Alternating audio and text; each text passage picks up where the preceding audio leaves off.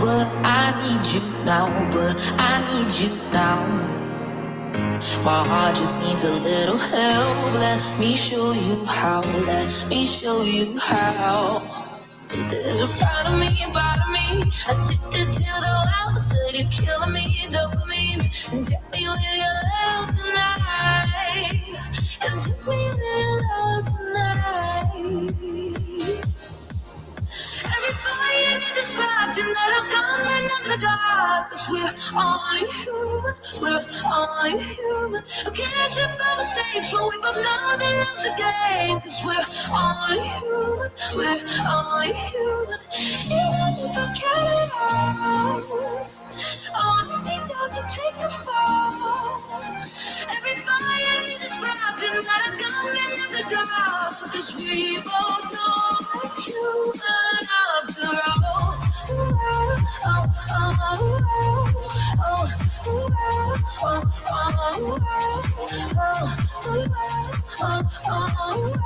Cause we both know we're human after all.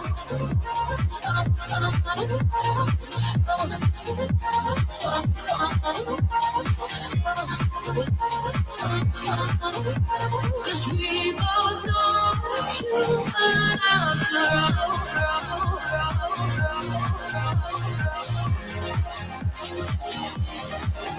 Everybody needs a spot tonight. I'm coming in the dark. 'Cause we're only human. Okay, let's jump on the stage. So we both know that love's a game. 'Cause we're only human. Even if I can't all, oh, I need them to take the fall. Everybody needs a spark tonight. I'm coming in the dark. 'Cause we both know we're human after all.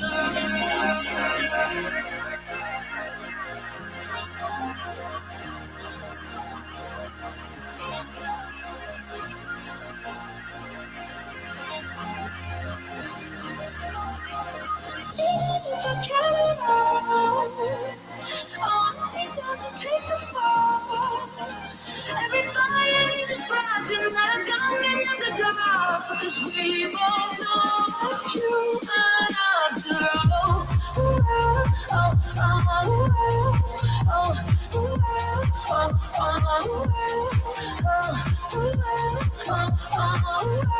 Cause we both know we're human after all.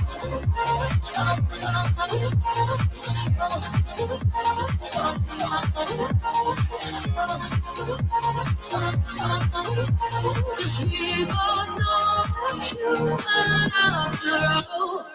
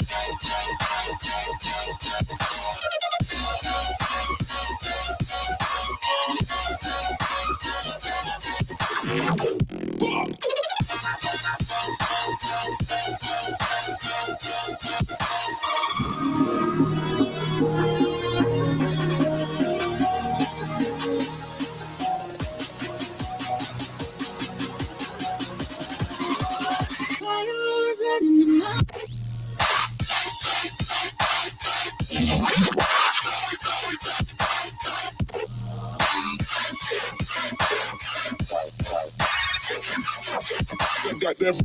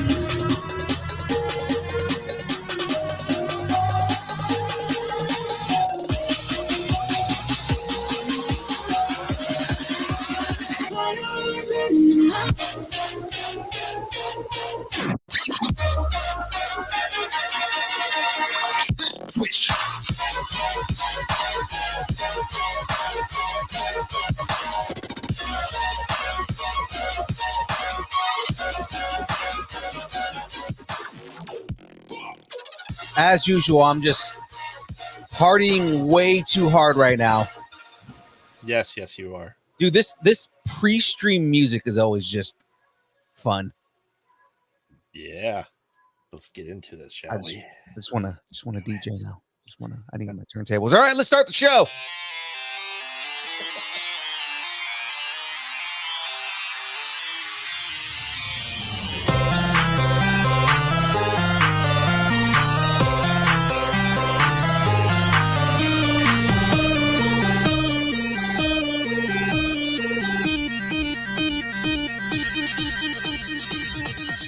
Distance nerding.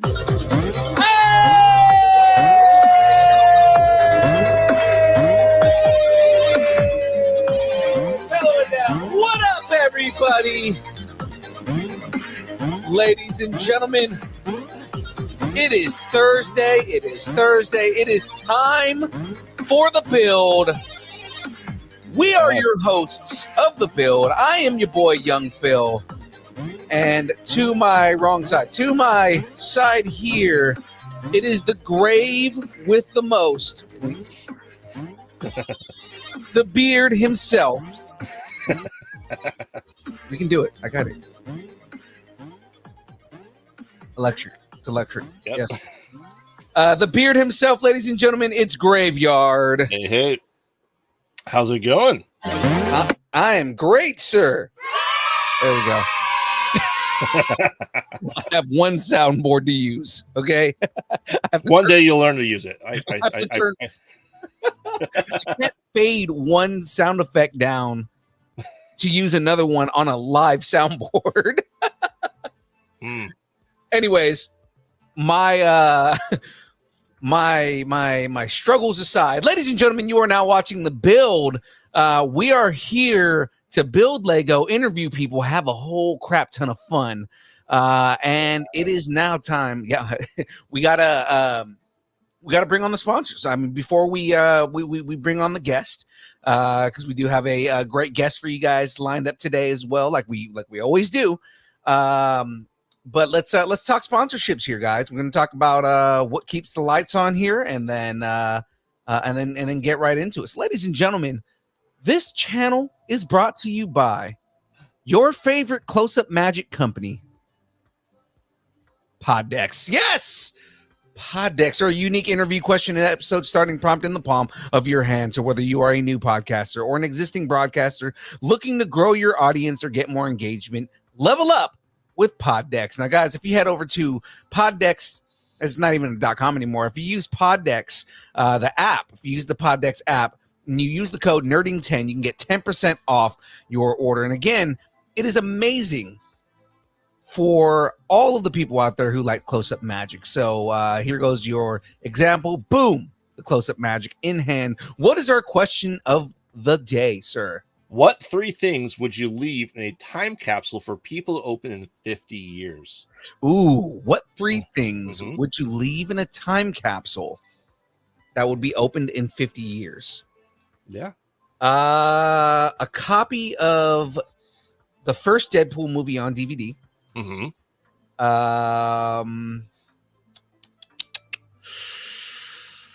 Oh man, in 50 years, what's an 50 old piece of technology that doesn't exist anymore?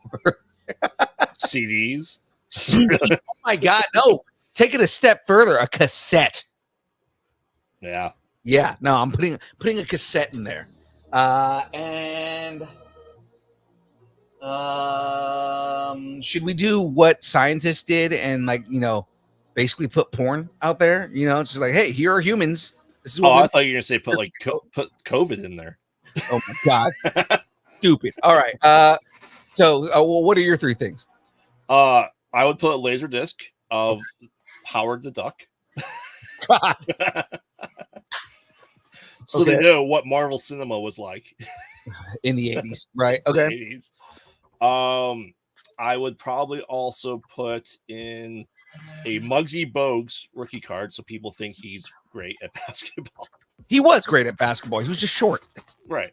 And that's what basketball players look like then in the 80s and 90s. They were tiny. And the beard. So it can lose his rampage in the future. Yes, that is actually a really good idea. You unleash the beard on people in 50 years. That's going to be scary. So with that, that's it. A couple people in the chat, things that I see going on here. These nerds, yeah, those nerds. A VHS tape, a VHS of the last Cowboys Super Bowl win. Yeah, that was Niners fans, don't you start. No one cares about the Cowboys. I'm just throwing that out there. Not even America anymore, and they're America's team. All right. So that's it right there, guys. Use the code Nerding10. That's just a preview of the kind of things that you can use Poddex for. We use Poddex in all of our interviews, to include the interview we're going to be doing here momentarily. So we have a whole bunch of Poddex questions for that as well. So ladies and gentlemen, if the channel is brought to you by Poddex, then you may be wondering to yourself, how does Phil have all of this energy all the time? And I'll tell you what it is. It's because Phil drinks Dubby. Yes, ladies and gentlemen, Dubby is Dubby is a brand of energy drinks created to help focus, concentration, reaction time with no jitters or crash. I can't not say it that way. With no jitters or crash. Dubby contains no maltodextrin, no sugars, no fillers, no artificial colors or dyes. Now you may be wondering to yourself what that Graveyard does every day. Every night. Every night. He loses sleep over this, ladies and gentlemen. What makes Dubby different from all the other supplements that are out there? And what it is Dubby contains Neurofactor. Neurofactor is a neurotropic derived from the coffee fruit. Neurofactor helps give your brain focus and clarity, while the 150 milligrams of caffeine and 3 essential B vitamins help you stay alert and energized. Find out more about Dubby at www.dubby.gg. Use the code Nerding10. Get 10% off your order, and they just released another new flavor like 2 nights ago. Oh, is it pickle? Did it finally work? Yeah, it's a pickle flavored. Sweet. That is disgusting. My campaign paid off. Absolutely not. That is the worst idea ever. Is to make a pickle flavored Debbie. I mean, they make beer out of things that shouldn't be made out of. Oh, 100%. So. And that doesn't make it any better of an idea. All right, ladies and gentlemen, I have delayed long enough. Let's get right into our guest for the day. So, ladies and gentlemen, she is an award-winning producer, director, and actress working in both American and foreign markets. She is also a director and board member for multiple film festivals and has worked on Broadway as well. Please welcome the extremely talented CEO of Maya Films, the wonderful Miss Lynn Tang.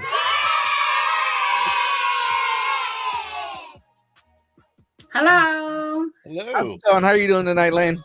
I'm fine. Yeah, thank you guys to have me to be here to meet all your fans. Absolutely. We are honored to have you on. Yes. And learn about your work and your journey. Yes, yes, yeah. The film journey, the Broadway journey, and was great. So I have been doing this for 14 years. Yeah, made a lot. From zero until today. So I made seven movie and managed three international film festival. One of them, you guys, lots of your fans will like. It's the epic animation comic and game in San Francisco. That's where I know you guys. And Nice. yeah, it's fun thing to do, and I'm enjoying it. Good. Yeah. I, That's I just realized I had my camera on the wrong place, so I'm fixing it. It's okay. one day, Phil. One day, Phil. You know how to do the show. No, it's it's always in those kind of it's like live thing. It's always happens. Like we're doing film shooting, there is always something happen. No matter how many times you practice, how secure you think you will get it done, but it always happen. But that's part of the fun. It really is like, oh, hey, somebody fire my DP, or actually not even firing my DP. I need to fire my my PA. You're firing Yeah. James? I know, right? Yeah. I think today I like to, besides the animation, comic, gaming things, I really like to you guys to hear the story. Recently, we produced two. One of the only in film. One is we made it in Tibet. A lot of people heard about Tibet, and Hollywood has been trying many years to make some movie in Tibet, and of course never succeed. So we use a very unique way. We made our first ever Tibetan movie called Tibetan Heart. Mhm. This movie we're filming in the middle of the pandemic, so this kind of forced us to remotely. We were in Hollywood, and the whole team is inside of Tibet, and we use the like today we use the video and to remote control them to finish the movie. Actually, the movie comes out a phenomenal. We go to every world, every film festival. We won a big award. I think we recently screening in India. The city called Chennai, and it's one of the Bollywood area. We have to screen twice because they overbook. They oversold the tickets. Oh wow. So that was great. So everybody love it. The first time we have our Tibetan Heart like a premiere in the Chinese Men's Theater, in Hollywood, and people kind of like get crazy about it. It's a very beautiful piece of the art. It's like I said, it's the Tibetan. Never anybody made a movie there, and we made it, and also we made a very good movie that's about love story, and it's a pure thing, and it's a simple story, just like your Romeo and Juliet story happened in Tibet. But the cinematography is like every place we go, they just say wow, they just Yeah. shocked. I Even noticed. I was gonna say I noticed the just looking at the trailer, the cinematography is gorgeous. It Mhm. is very beautiful as far as like the shots and everything like that. And this is based on a true story, correct? It is a true story. It's the story. It's like that village story. It's a true story based on true story, and we filming this story about 3 months later. The main actress, that's main role, who she died at 90, I think 93. So she has been all these years by herself, and she died at 93. And about 3 months after, then we started the film. Oh wow. Wow. Yeah, it's a sad but beautiful story. Very beautiful story. And because like a lot of people always thinking about wants to see what Tibet look like, then that's the movie Tibetan Heart to say. Everything we filming inside of Tibet, or every camera guy, every actor, actress, they all local Tibetan people. So it's really 100% pure Tibetan. So we were joking, Hollywood never made the movie in Tibet, and then I and my another co-producer is a lady with a 2 Chinese girl made it. We were in Hollywood and people always talk about it. So that's a great movie. I really like you guys. When we're still negotiating with deals and all different kind of things, not releases. Once released, you guys can see everywhere in all the platform, and hopefully to see some theaters like that. So we're kind of in the negotiation deals. So you guys can just remember the title called Tibetan Heart. So that's you will see a lot of media coverage right now, and like including you guys today, you guys probably will see what I'm talking about. Tibetan Heart. This is kind of like a poster on there. You guys can see it, and wow. it's kind of a poster on there. There's our stories on there, and there is a lot of if you Google Tibetan Hearts, there is all the you can see trailers, you can see what happens. We have Facebook page, we have all the going on all the winnings and like that. So you can say, okay, this Tibetan movie is very good, and there is another one. I think because I think in your audience, a lot of it's a boys, right? It's a male. Then I back to 2 years ago, I get a request to make a movie about the woman's kingdom, matriarchy system. So that's the movie called On Matriarchy Lake. I think same thing is because it's attract me because they never. This is kind of like a ancient social system. Mhm. It's a woman in control, and they have been kept that social system for 5,000 years or something like that. They are still practicing today. So this kind of make me say that of course they're isolated. They're in very far away in a remote area. Then we have back to 70s. There is some kind of the city youngsters then go to that area to help you to kind of get some training, and they have kind of love story happen over there. It's the same thing as a love story, but this one is going to be different because the marriage system in the matriarchy system, they have no marriage.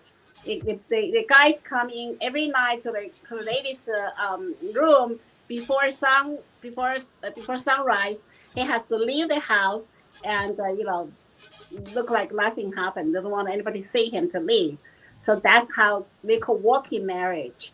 So it's kind of like two different kind of marriage. One of the city boy and come down to the matriarch system. The girls, is in charge, but they fall in love, but they have to conflict. One is it's a marriage system. You have to follow a man. Another one is you have to follow the girls, and you have to. So it's a story about that. So it was a beautiful story because the matriarch is town called Mosul. So recently, we have a lot of people in America writing to me because it's a movie. They kind of said, oh, they want to build a Mosul village in California or in Hawaii. So have like 1,000 acres or something. Then they build a village to practice the old Asian matriarchy system. So that was kind of fun things after the movie. The movie is also, if you see, there is costumes, a lot of costumes, the matriarch system, and the society. It's still agriculture, but it's very peaceful, and it's a lot different because since there is no marriage, all the kids, belongs to the woman. The properties and everything goes to the mother side. So there isn't any like divorce or fighting, and if the two person love each other, they stay together. If they don't love each other anymore, they just get apart, and there is no struggling after that. So that's one part of the good thing is. The very hard thing is, the woman has to do all the hard work. You have to do a lot of work. So it's kind of like we're filming there. So, but it's the first ever cinema type type of a movie. Film made for the matriarchy, compound or tribe. So that's the story. I like everybody to go to watch it. It's a beautiful movie, beautiful music. and it's a mostly cinematic, and it's not like a general movie. It's a I always call it's a motion picture. It's a Mhm. cinema, and that movie called On Machaki Lake. It's a film in a famous lake called Lugu Lake. It's part of the southwest of in China, and of course the story is very touching. And in the end, they love conquer everything. So it's a very very nice thing to watch, and the same thing learn something about the matriarchy system. And you never know. So we live in a patriarchy system for so many years now, Mhm. and we will find out what's the matriarchy system to be look like. Seems like because I'm a lady, so I kind of like, of course, I think you. If I'm in charge, that's gonna be good. But but of course, for the boys, you can say, well, maybe some alternative things can say. So it's very interesting to me because because the first ever nobody made a movie on there, and we have people come over. Then I Mhm. did that movie. So both movies are one of kind, and nobody ever had the movie. And I think once released, you guys really gonna just go watch it. You can Google the name also on Machaki Lake. That's a beautiful lake. So it's kind of it's a very interesting story, and it's a love story. Beautiful movie to watch, and we win a lot of award for the on Marchak Lake too so far. So we go to places and we get an award because it's it's kind of like we really put a lot of effort and bring a lot of Hollywood, like a classic elements Mhm. into those movie making. So yeah, I think you will like it. You will see some nice artwork like Francis Coppola type of the like kind of the camera use. So I think you will like it. One of the big things I notice in the trailers themselves is the cinematography is beautiful in both. Yes. Agree. And just kind of like looking at some of the things that I've seen on a lot of the just anything that you've done. Even there was another film you did, Hidden Sword. Yeah, Hiding Sword. Yes, Hiding Yeah, Sword is my first movie. yeah, Yes. and looking at the trailer for that was just like, wow, cinematography is really good. So I've noticed, like, I kind of want to ask on that, like, for both films, how was the scouting process for the DP, like for the director of photography? Uh, I So like, scout them actually because I run film festival, so I know I have a platform. I post on my Facebook and to Mhm. say I have this. Cinema photography people, you come over, then we talk. A lot of the time they were talking by room, and of course the cinema photographer shows their work. Then that's where how we select our cinema photographers. Basically, it's worldwide selection. Sometimes because of the time and location, also the pricing, the budgeting problem. So we select the some Chinese, but we do also bring Hollywood cinema photography too. That those like the one movie, the Tibetan Heart, is because we have kind of pandemic problem. So Mhm. we bought that one from Nepal. It was a guy from Nepal, and he was getting educated in India. So he's the one did that. And for the March on Marchek Lake is a Chinese one because it's like budget problem, but I think we did it good. For the Hidden Sword, I think I sent a one from Hollywood. That's my first one. I'm so scared. So we send over, we send over from Hollywood. I do have couple other people's projects.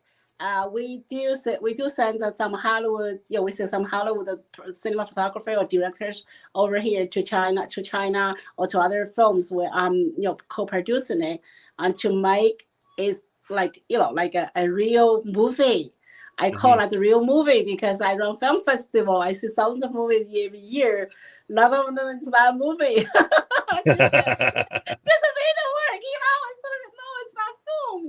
But anyway, it's an international processing. So anybody you're in the film industry or your students wants to get some kind of opportunity, you go follow our Maya Film Facebook page. then we always post on our project what we're looking for, what kind of people we're looking for, and what's the budget. You kind of you estimate how much you're gonna get paid.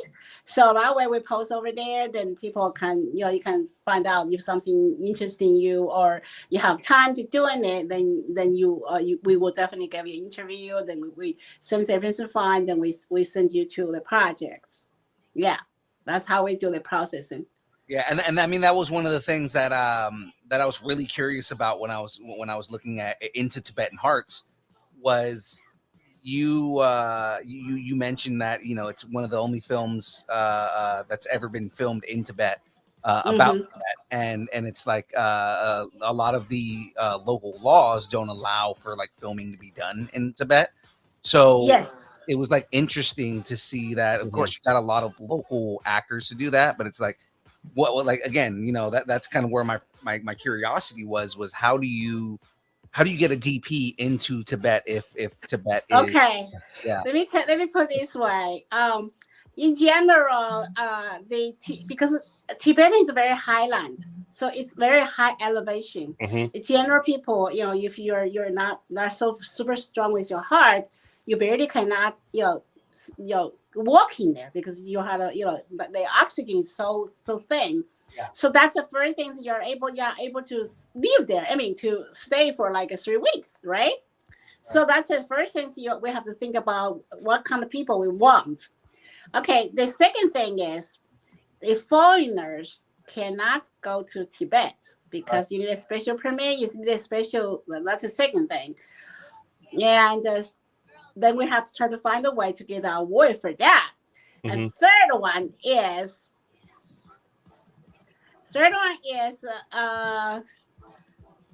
you have to be able to, because we were here and then we can't be there, so you're able to be very how to say, humble to discuss with us. So I'm a producer. I'm half of I did also half of the direction work too.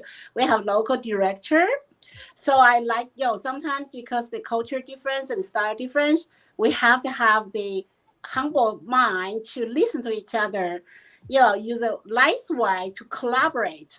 So we pick on the DP or other people. We are very kind of also watching their personality. So they're easy to communicate, easy to I understand as an artist, you always want in control. Everybody has their own mind, own thing. Everybody thinks it's the best, but you have to have the open a mind to accept other people's opinion and to make it happen in like that. So that's the third part of it. So and then also like by that time, then it's so so hard to get it out. So I used to, before I doing this film or film festival is like after I retired from my regular business. I am a double engineer, so you guys know that. Oh, wow. I'm a double engineer by training. Then I later on had made my own company, and I sold my company. Then I retired early, so I have a board and I started helping the filmmakers. That end up I did so many 7 movies and run 3 film festival.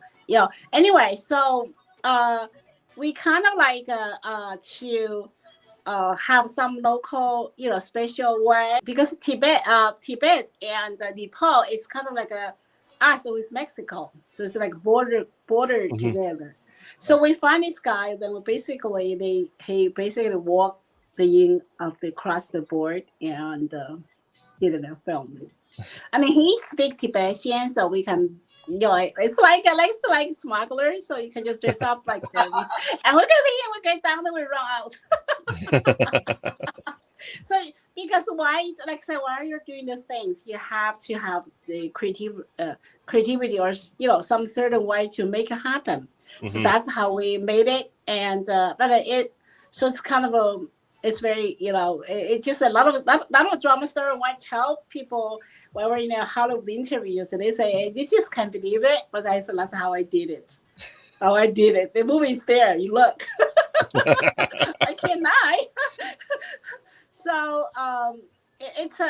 so that's another thing. We have additional few series of the Tibetan movie. So we kind of right now we're gonna probably do I will has otherwise try to because when they say what the movie made was very clearly there is nothing political, nothing like religious. So we Mhm. just tell the people the normal story.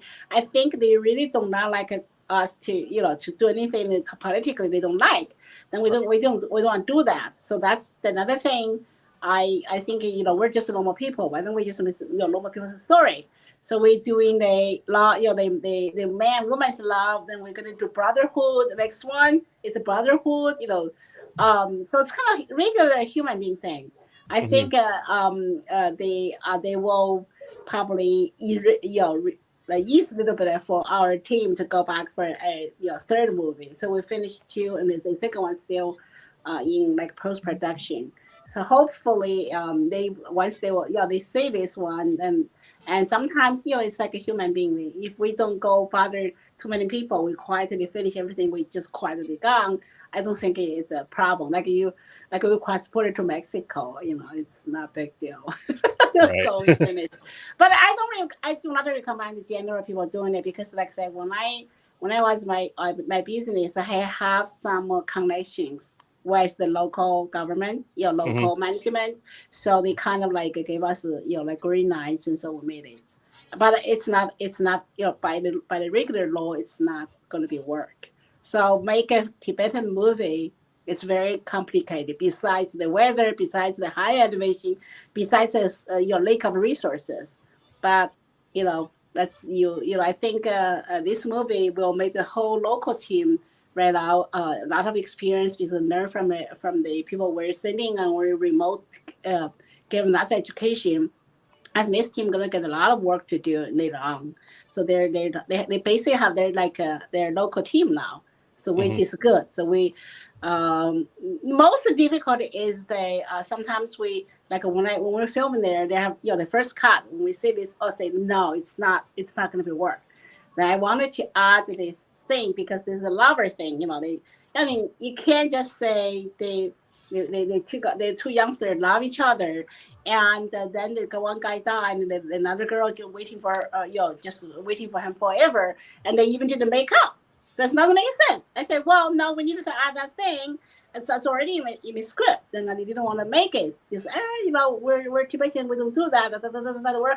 I said, well, I don't care, but the viewer wants to see something real stuff. We have a big fight over the phone, over the video, and finally, I think they take my suggestion, so we made a fire scene over there. That's the thing.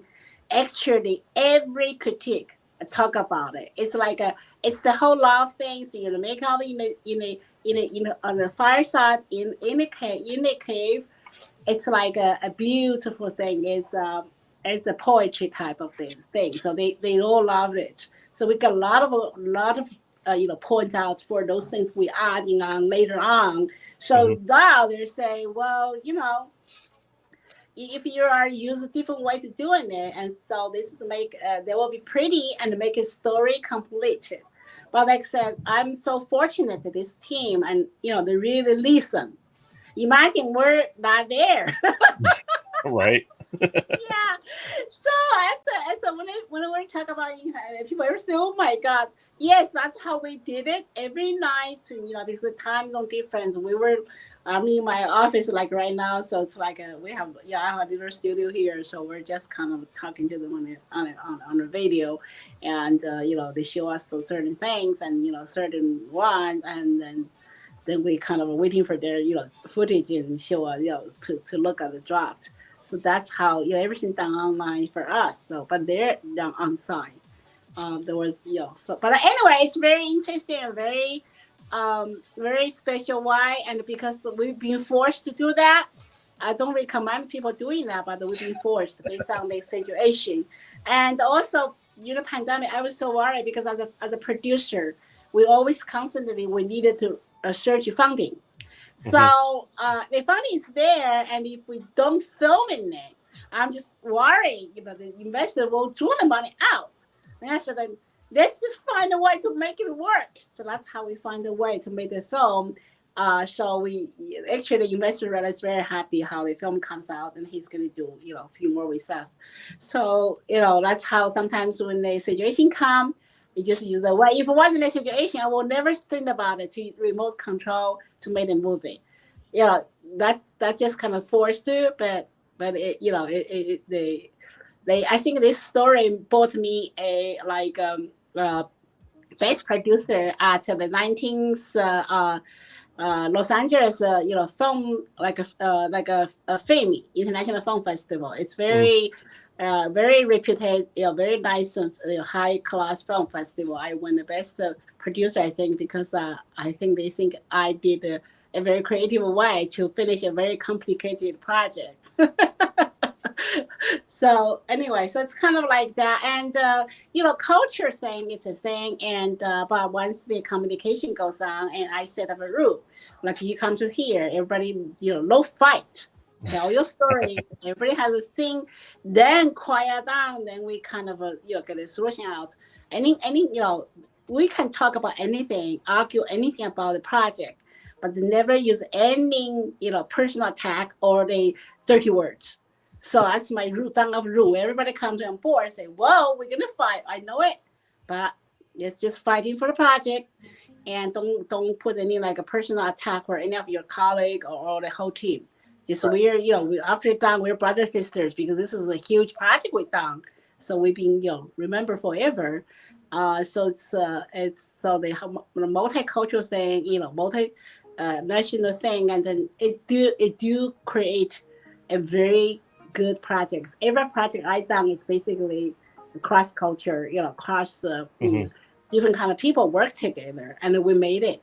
And I think since the Machak is made this one, then on Machak Lake right now we have to kind of go through promoting right now, go to different places. There is a lot of female group, and lots of female group wants to come in, and they are trying to Nippon Poly wants us to film in other Machaki tribe. So so far we found out there are 7 Machaki society or tribe in worldwide. So we're relocating where they are. So we may hopefully we can find it, and we may make one movie for each of the tribe, at least if later on they disappear, but at least they have some work, something to keep in the history.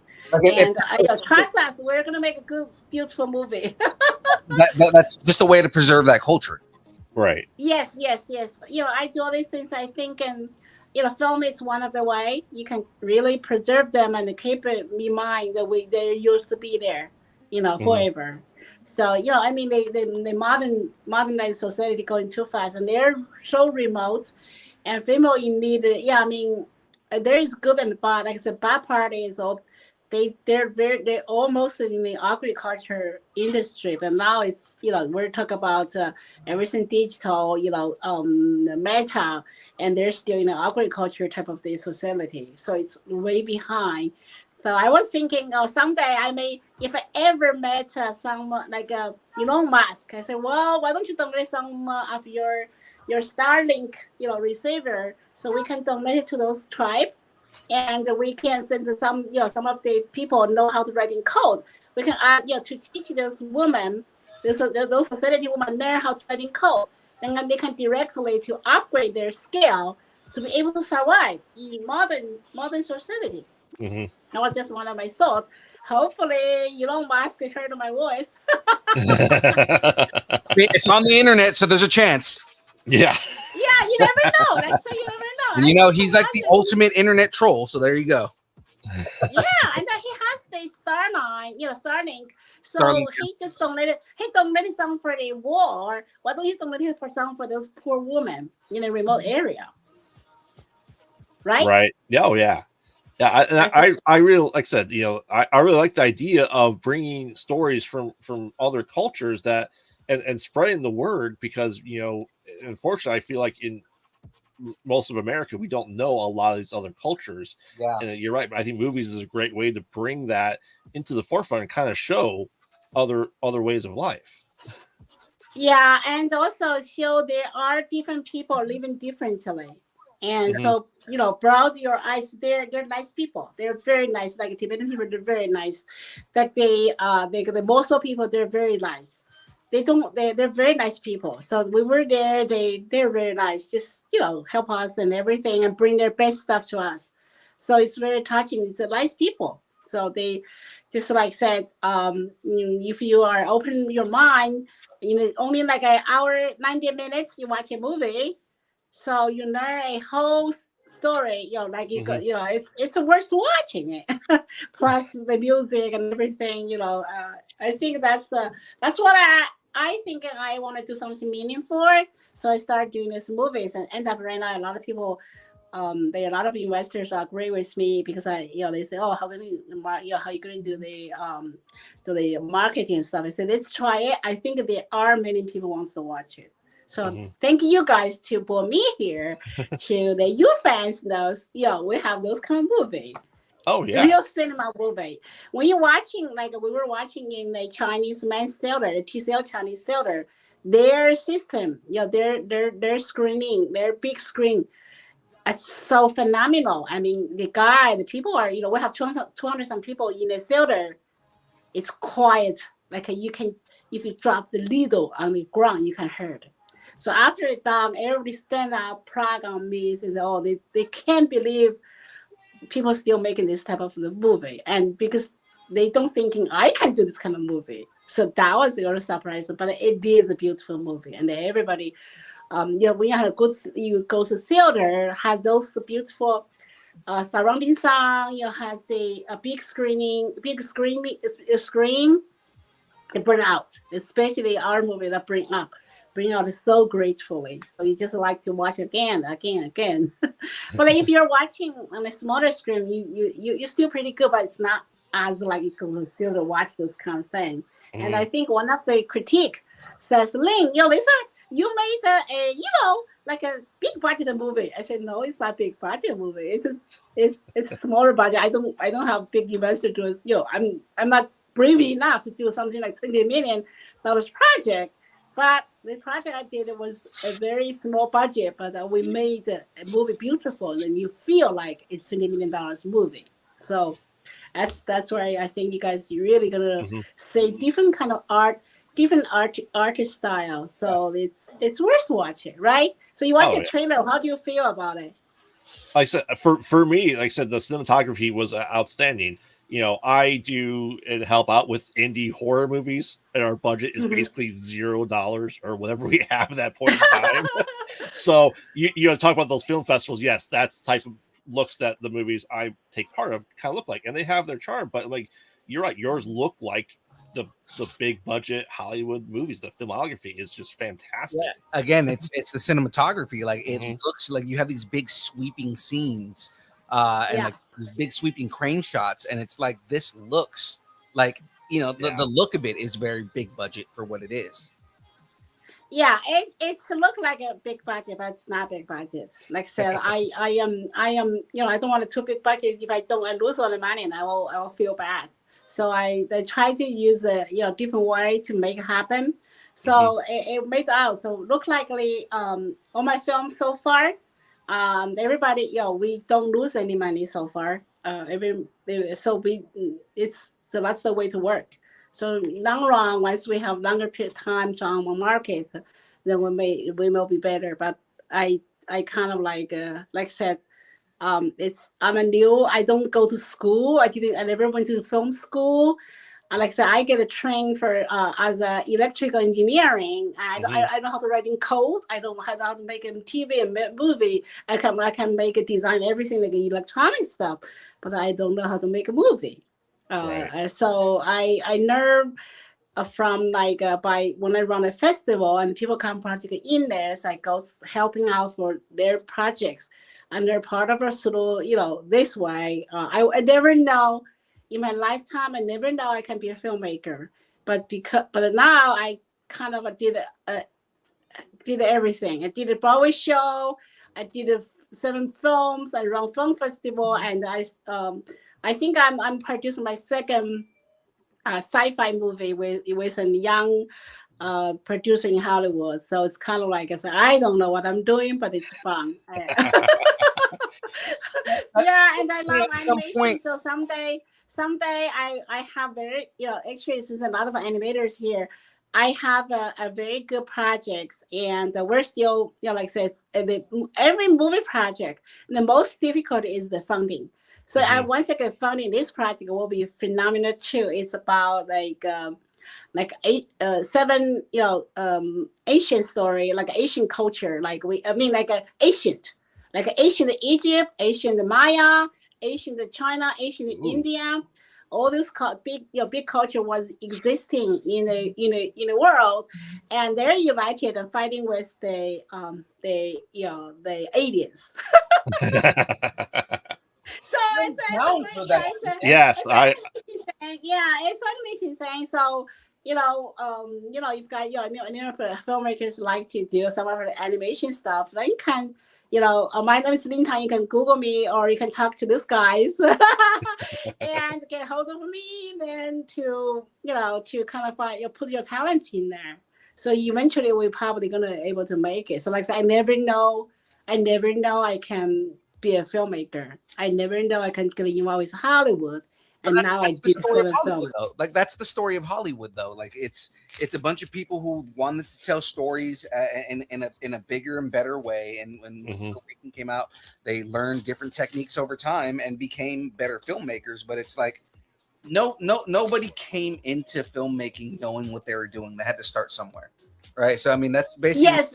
Just kind of like I think you want to do the stories, and you have but that's why we constantly have lots of people say, "Hey, I like your story," and I could come to me in. Then we start developing. So I am the one. So I used to be very successful project manager.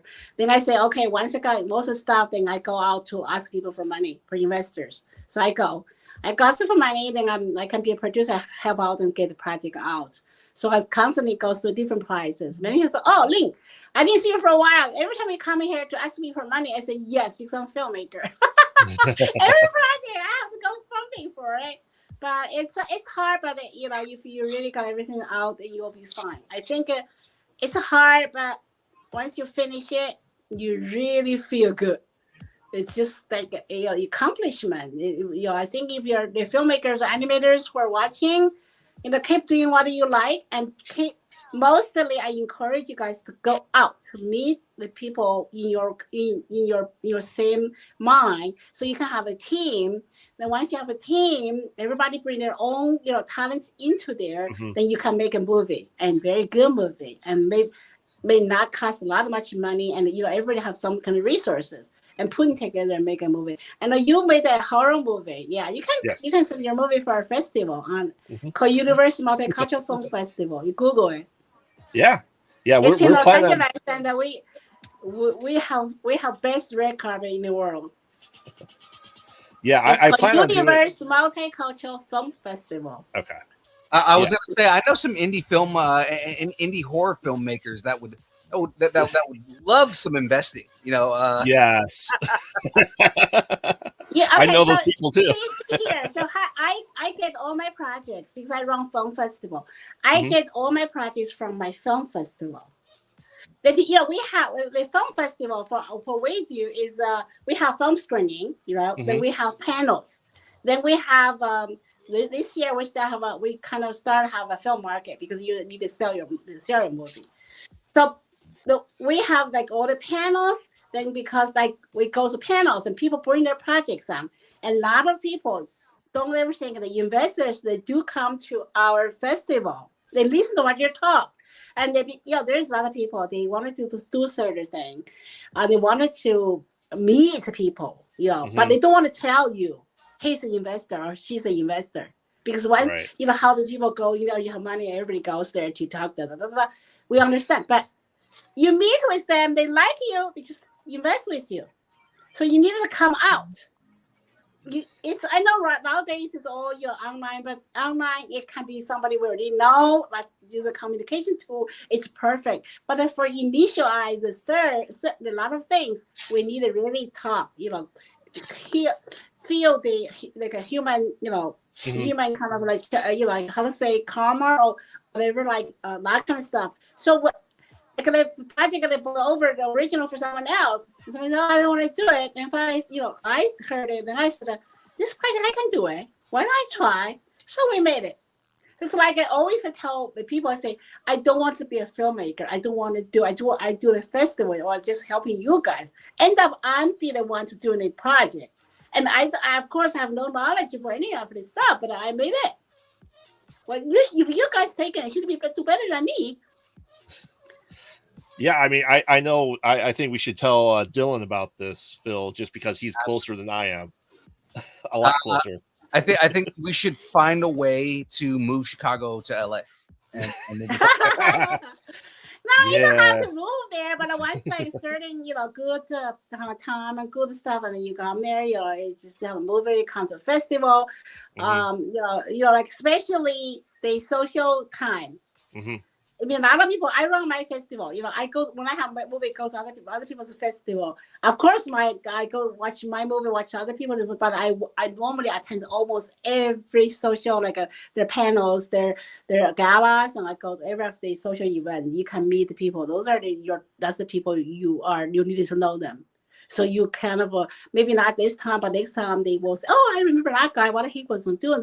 Then they called you. Okay, remember we done this. So that's how all the film projects going. So the festival I run, they made over my festival. Then they made a movie. They come back. So they always come and say, "Oh yeah, we made this. So, go back to 3 years ago. We made it here. Then we have a movie come back." So you just don't know, who's your body, but you met them. You have the human touch, human feelings, and you got it. So it's kind of like I still encourage people to do in-person kind of meetings, and typing those things. It's better than just go shooting an email. I've been receiving maybe over 1,000 email a day to request to their projects. I can't read it. Come on, I can't. Come on, it's yeah. So it's kind of like everything sounded good until she said human experience, and we never had none of that. So yeah, you just have to meet people. I mean, Phil, I'm going to this year in 2024 as I'm ramping up production on a bunch of stuff. I'm going to conventions. I'm going to festivals. I'm going. I think I'm going to 2 or 3 next month alone, just to get stuff out into network with people in the industry too.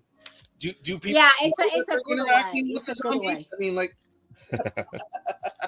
sorry, this is just a bunch of dumb internal jokes. That's okay. I think making movie, making animations, it's a nice way. Mm-hmm. It's a very nice thing to do in a lifetime. You do 1 or 2. If you want to be forever professional, you find a way. And people always made it. A lot of Hollywood people or the producers, we have a lot of hard time, but God always with us. So they just finally always come out okay. A lot of time I say, "Oh my God, I'm gonna be dying for it," but and it always worked out. So God is on our way, I say. So for you, what do you think was big difference between doing the musical versus a film? Actually, the musical, like I said, that the musical has more like a stage show. Okay, same show. Each different actor, you feel different kind of like attachment for it. So the same show has 10 different actors to play on there. It's 10 times. It's a difference. So each actor has its own way to play that. So I personally love the stage show. I did the Broadway show. I did it. I'm so lucky. Okay, it's just so lucky. So people don't want to do it. I did it. They were originally not looking for me, or they just looking for someone else. Someone else say, "Oh, in the middle way, abandon it." Then I said, "Okay, I carry on." So I made it. I made on Broadway. I made on Dolby Theater. Where the Oscar is. I made the shows, and It's the stage show. You have the like a real thing, real connection with the Hmm. actor. It's like I say, it's an in person kind of way. It's total difference. I love the feeling. The movie is more like because it's a media thing. It's kind of iron, but like say you can do some fancy thing, but it don't have that kind of special human beings kind of attachment for it. I mean, I love more stage show than the film. Oh, really? Yeah, it's good. Yeah, if you ever, every time I go to New York, I just at least watch the one or two the Broadway show. Right. It's great. It's just different, and especially those days, and they invent a lot of different ways to let the actor to go into the audiences and have some kind of interaction. Oh, it's great. It's really great. I don't know. I all I feel is, like I said, because the stage show is a lot harder than make a movie. Yeah, yeah. I was a theater kid in high school where I did sound and lights and artwork and Uh-huh. acted some for live plays, and that was a whole other beast.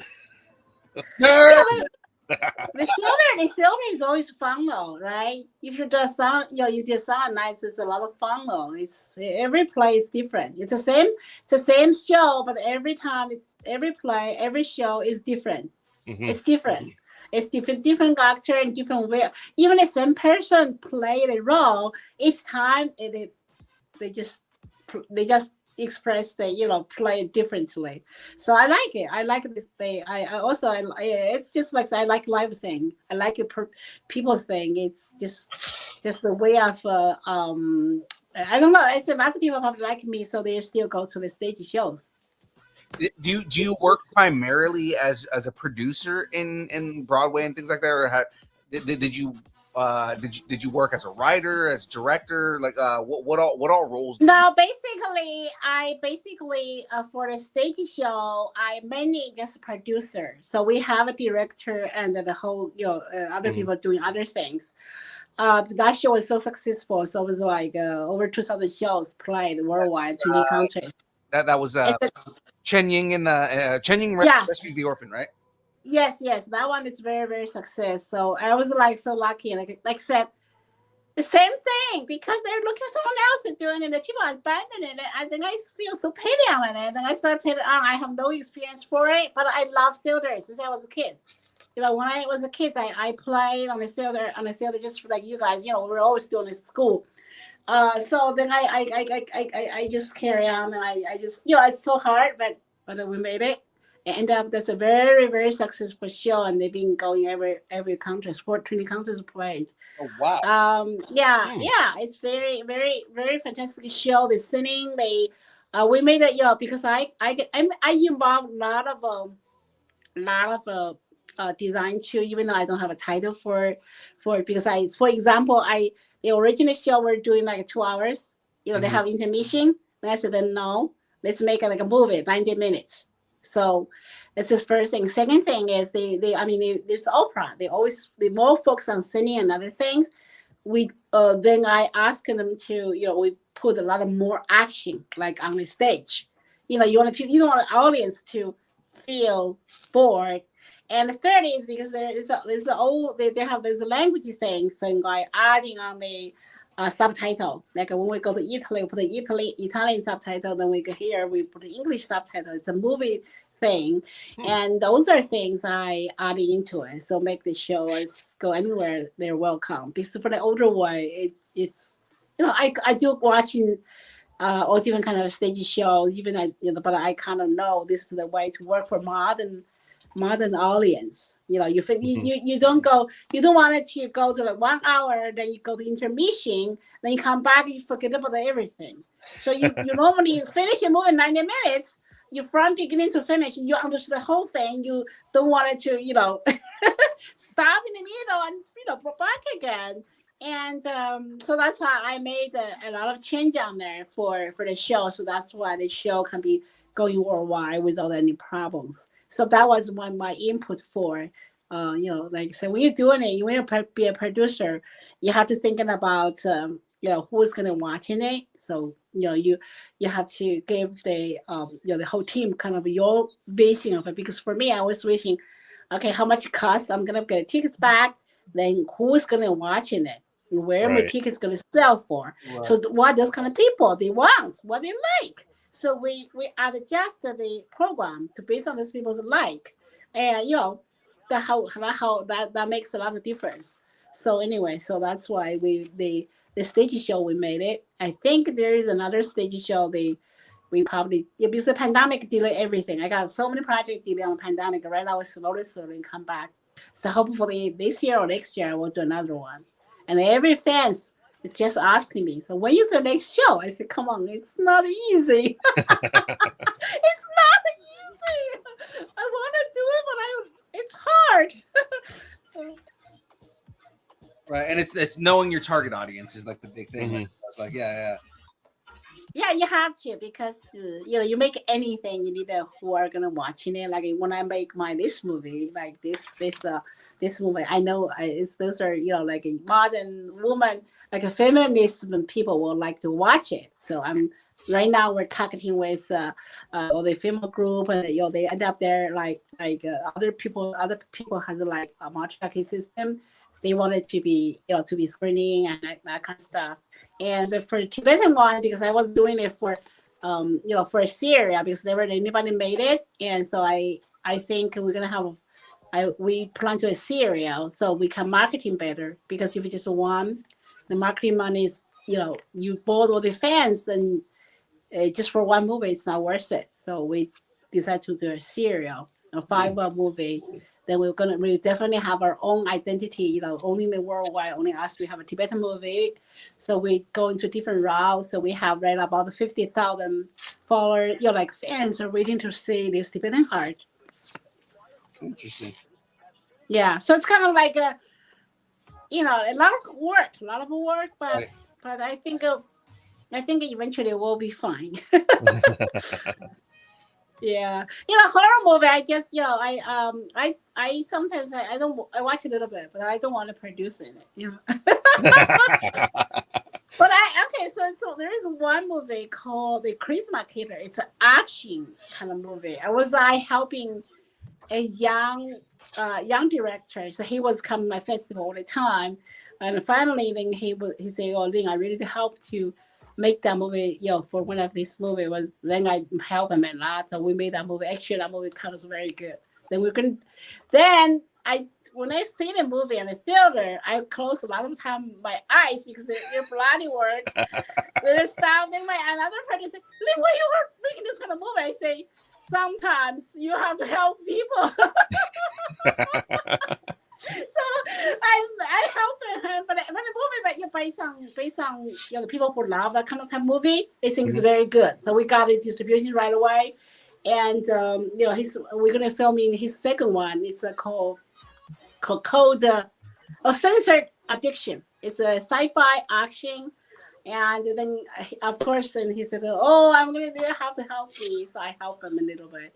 So this time we're gonna film in March. I think that movie. No, the movie I get involved because I put I put a lot of my info on it. I kind of force him to do a lot of things and makes more interesting and more nicer. So he Right. kind of like said, "I have to do this way."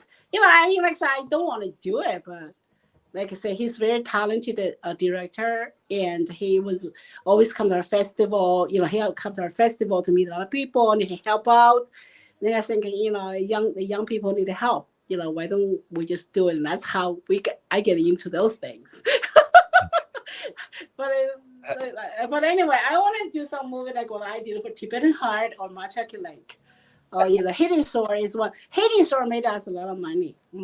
It's the first one. Hidden Sword is made a lot of money for it. It's a war. It's a spy.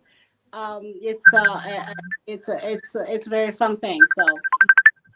Whoa, what's going on? Frey accidentally called the video chat to the group. Yeah, I'm like, why am I getting called right now? Yeah, that's just Frey. Fine. Hey, That's okay. Frey. It's happened all the time. Like we were filming this morning, and then I was just going to grab a water, and boom, the lights drop. There's a why. Just drop. it just. But anyways, thank you guys so much for giving me the opportunity to meet your fans and talk about movie. And if you guys and you're interested in trying to do some projects and follow our Maya Film, it's on Facebook page, and I think we have a Twitter. But mostly, right now we are also so many young filmmakers and producers. They ask us to helping them. So we recently launched a live show like what you guys having. It's we call like Maya TV. So we did international 11 platform, even Russian. We have Russian, Chinese. The Communist Party countries, they don't use Facebook. They don't use what we're using. So they have their own platform. Then I said that I'm gonna have a do over there too, just to say, we don't do anything political, but the audience still there. The Russians can be our audience, the Chinese can be our audience. Then we just go. We are across 11 platforms. Then we're doing kind of like that, and then also help, promote the movies and like that. So I learned these things from you guys, and I just learned. I think we can do this too. It's fun and it's easy, and can get a lot of people knows, and it can be easier to deliver the message. So we're doing like that. Yeah, you can follow us like Maya Films, and we always reply our message. You can inbox our messages. And if you guys see something, we post some ad on it. That's real. We don't post anything if we don't have things in control. So you just recommend yourself. So what do you want to do, and you like the projects, and shooting us like a link for your IMDb or other online link that will go through it. Then if you are very close, we do give a scheduled interview, and we did place a lot of sometimes a lot, because we run festivals. There's a lot of other directors and projects. They're looking for certain people, and then we also always helping them too to post on our like Facebook places, so they get their work, or they get other things for that too. Yeah, just follow us, on social media, and we do reply our messages. I think I reply my message very quickly, right? Yeah, absolutely do. Yeah, so it's like I have like I don't know. It's like like say everything we do English version, then we do a Chinese version. Because I'm Chinese, I have a big the fan base in China is Chinese, so I have to do like English. So I always answer my like this, so just to taking care of it. Yeah, actually, it's very honored to be in your platform, and I think hopefully you guys gonna invite me back in the future. Absolutely. No, especially when you have new projects and things like that. Yeah. Please reach out. We are more than happy to have you on the show to talk about any projects that you're doing or anything that you're working on, because it's very interesting. It is the films themselves and just kind of everything that you're promoting. I think is great. So Okay. So yeah, absolutely. Yes. Please, you are more than welcome to come back on. It's been a pleasure, Lynn. Yeah. And if you're coming to LA, because we do something differently, I can put you on our Maya TV show. It's kind of like NBC kind of interview thing. Okay. We don't do remote, but when you are LA, just message me what time you'll be there. So we will have a host and question reply for you, and you can be seeing a lot of people. I think about like 5 million people. I probably worldwide about 5 million. Oh, wow. Like followers and stuff like that, and be all across all the platforms, so it can help you too if you have some projects. I can invite you to my our Maya TV's platform too. But we wanted to do in our studio, so we don't want to do. We want to do more like classic way, like there's a host interview you. Mm-hmm. Interview us, that'd be fun. We're usually the ones doing the interview. Definitely, just text me. I'm gonna approximately, your schedule will be there, so we can quickly, get your. Everybody has a profile online, so you can show me your LinkedIn, whatever you have. Then we prepare a question for you. Then we shoot. Then you come over. Then we do an interview. Then we gave you out for worldwide 11 platform. Even we in like we even have Russian platform. So Russians and all the South Americans and China and East. So all the big platform we just do at the same time.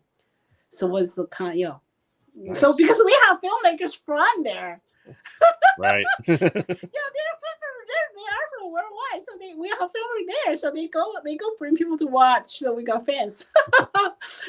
Yeah. Anyway, Awesome. thank you so much. I think we you have any kind of question for me? You want to start your wrap up questions, Phil? Actually, yeah. So Yeah. just to kind of get some questions about like just getting people having people get to know you a little bit more, right?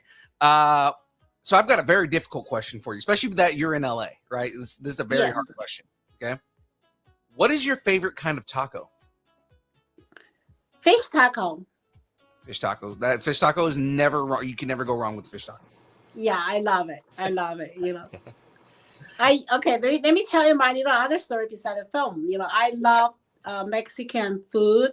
I used to do, like I said, before I do this fun thing, I used to be running my own company. We do a lot of projects with Mexico. So I go to Mexico. I love Mexico. Every food, what they have, the people. And we did a big, like a motorcycle factories in Guadalajara. So I go to the Mexico a lot. I love them. So the food, I love it. I just love their stuff. So fish taco is one of my favorites. They're good. Yeah. I'm not against that. I mean, I'm Hispanic, so that's my thing. No, Hispanic or South American people are very nice people. They are people. They're very nice people. They're warm people. They don't have law, but you go there any places, they just they fit you. It's a human thing. It's very I like the people. I like South American people. They're so warm. You don't feel like you're foreign or anybody. You just get along with them. I think I like you guys.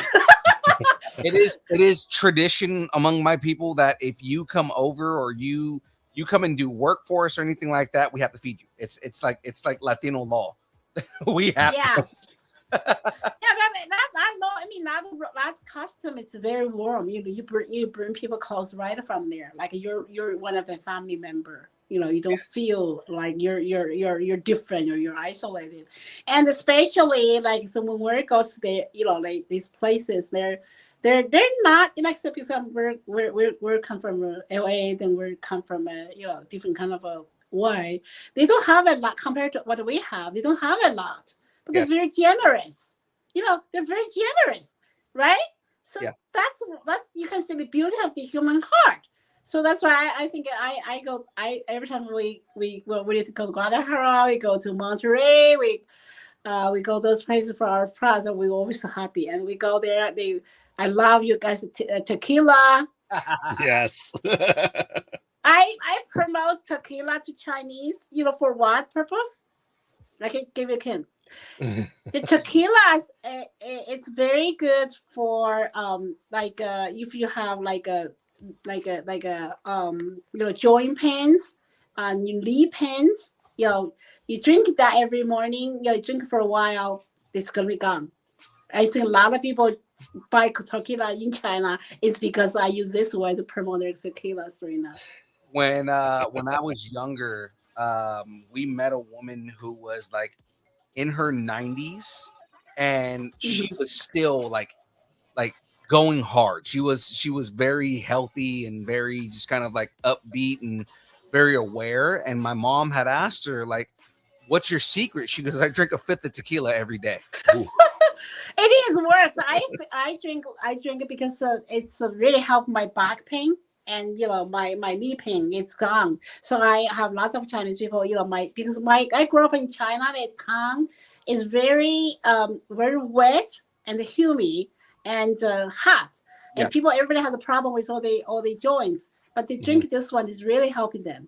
So I told the factory guys, I said, use my way to promote in Chinese market. You're gonna sell a lot. It does. So it's I like Mexico. I like we because I live we're in California, so in Los Angeles we constantly go there. So just cross the board, and have a couple days, and then we come back. The food is good, the people is nice, and why not? I'm gonna start using that from now on and saying we're not alcoholics, we're health gurus. Yes, yes, it is. It's real because I myself and a couple of my friends we went to Cabo and we stayed there for 2 weeks and we drink like a little bit every day. It does help, so that's why I because I see the result. Like I said, I don't like to lie to people. I see the result and tell people. And everybody started doing it, and everybody tell me this works. So that means it work. Pues So sí, why not? tomamos tequila, está bien, okay. Muy bien, tomamos tequila. Yeah, when you need pain, just drink some tequila. Si está quebrado, solo toma unos tragos, está bien. Oh my God, I don't know Spanish at all, but it sounds familiar. Like okay, yeah. Lynn. So, what's some advice you might have for anybody trying to get into the industry? My suggestion is not just open mind and go to meet the people, listen to what they talk. Mm-hmm. And then after a while, the thing and do talk to people. You do anything. If people give you like some opportunity, and maybe sometimes they don't have no budget, but go there. Just think about you don't pay the tuition to learn. Then you really once you get that's the way you get into the industry to meet people. Then they're gonna have project. They call you in. They slowly you got in. So just don't be considered too much of it. You just consider say, well, I'm coming there. I don't like say I go a lot of places for they ask me to helping. Sometimes they need the Chinese people. I go help if I have time. Then I never then they just you learn from it and you learn a lot of people. Everybody gave you an opportunity. That's you have enough. So then my suggestion is any opportunity come if you do not have better thing to do. Go for it. Go for try. You try it, you got it. Okay. Nice. I like it. I like it a lot. Yeah, it just go like I said, just a new thing. Some people are they didn't pay me. I say, well, I'm a producer. If I have budget, I definitely pay people. A lot of time they're new, they have a limited budget. But if you like it, just helping them out, you learn from them, you build a connection, and when they have better project, they have bigger budgets, you are in. Mm-hmm. That's how they work right now. It's if you're waiting for the big studio to hire you, oh my God! Like I say, every audition is thousands of people there. You won't get it. Yeah.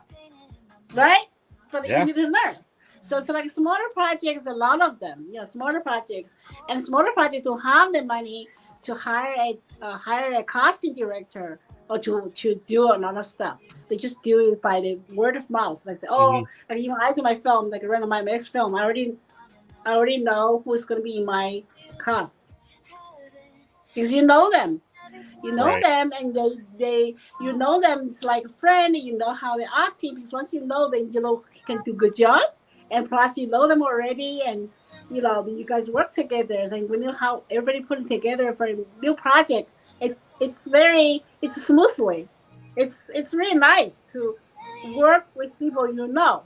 So my suggestion is just go out and have fun. It's think about it, have fun, and you go to film school, you go to other school. You have to pay big tuition, and you go to right, and you go those things. Even if they don't pay you, fine. You have nothing to do, but I get to learn, and I save the money, save my tuition from the school. That's why I tell my people, youngsters, say just do like that, and then you will once in a while you know what your goal is, what kind of movie you can make, what you want to do long term or not term. Just the experience first. Right. Yeah. Great advice. It is. That is very good advice. So one more time, where can everybody find you if they want to follow you more about you and learn more about your projects, the things you're doing, any websites, any social media, anything that you want to plug right I now? think if you want to do, because that's why right now I try to put all this stuff on there. Like if you're in a movie, if you want to do you're like any filmmakers, you follow the Maya, MAUYA films. You follow Maya films. And if you are the stage your stage show, you follow Maya musical.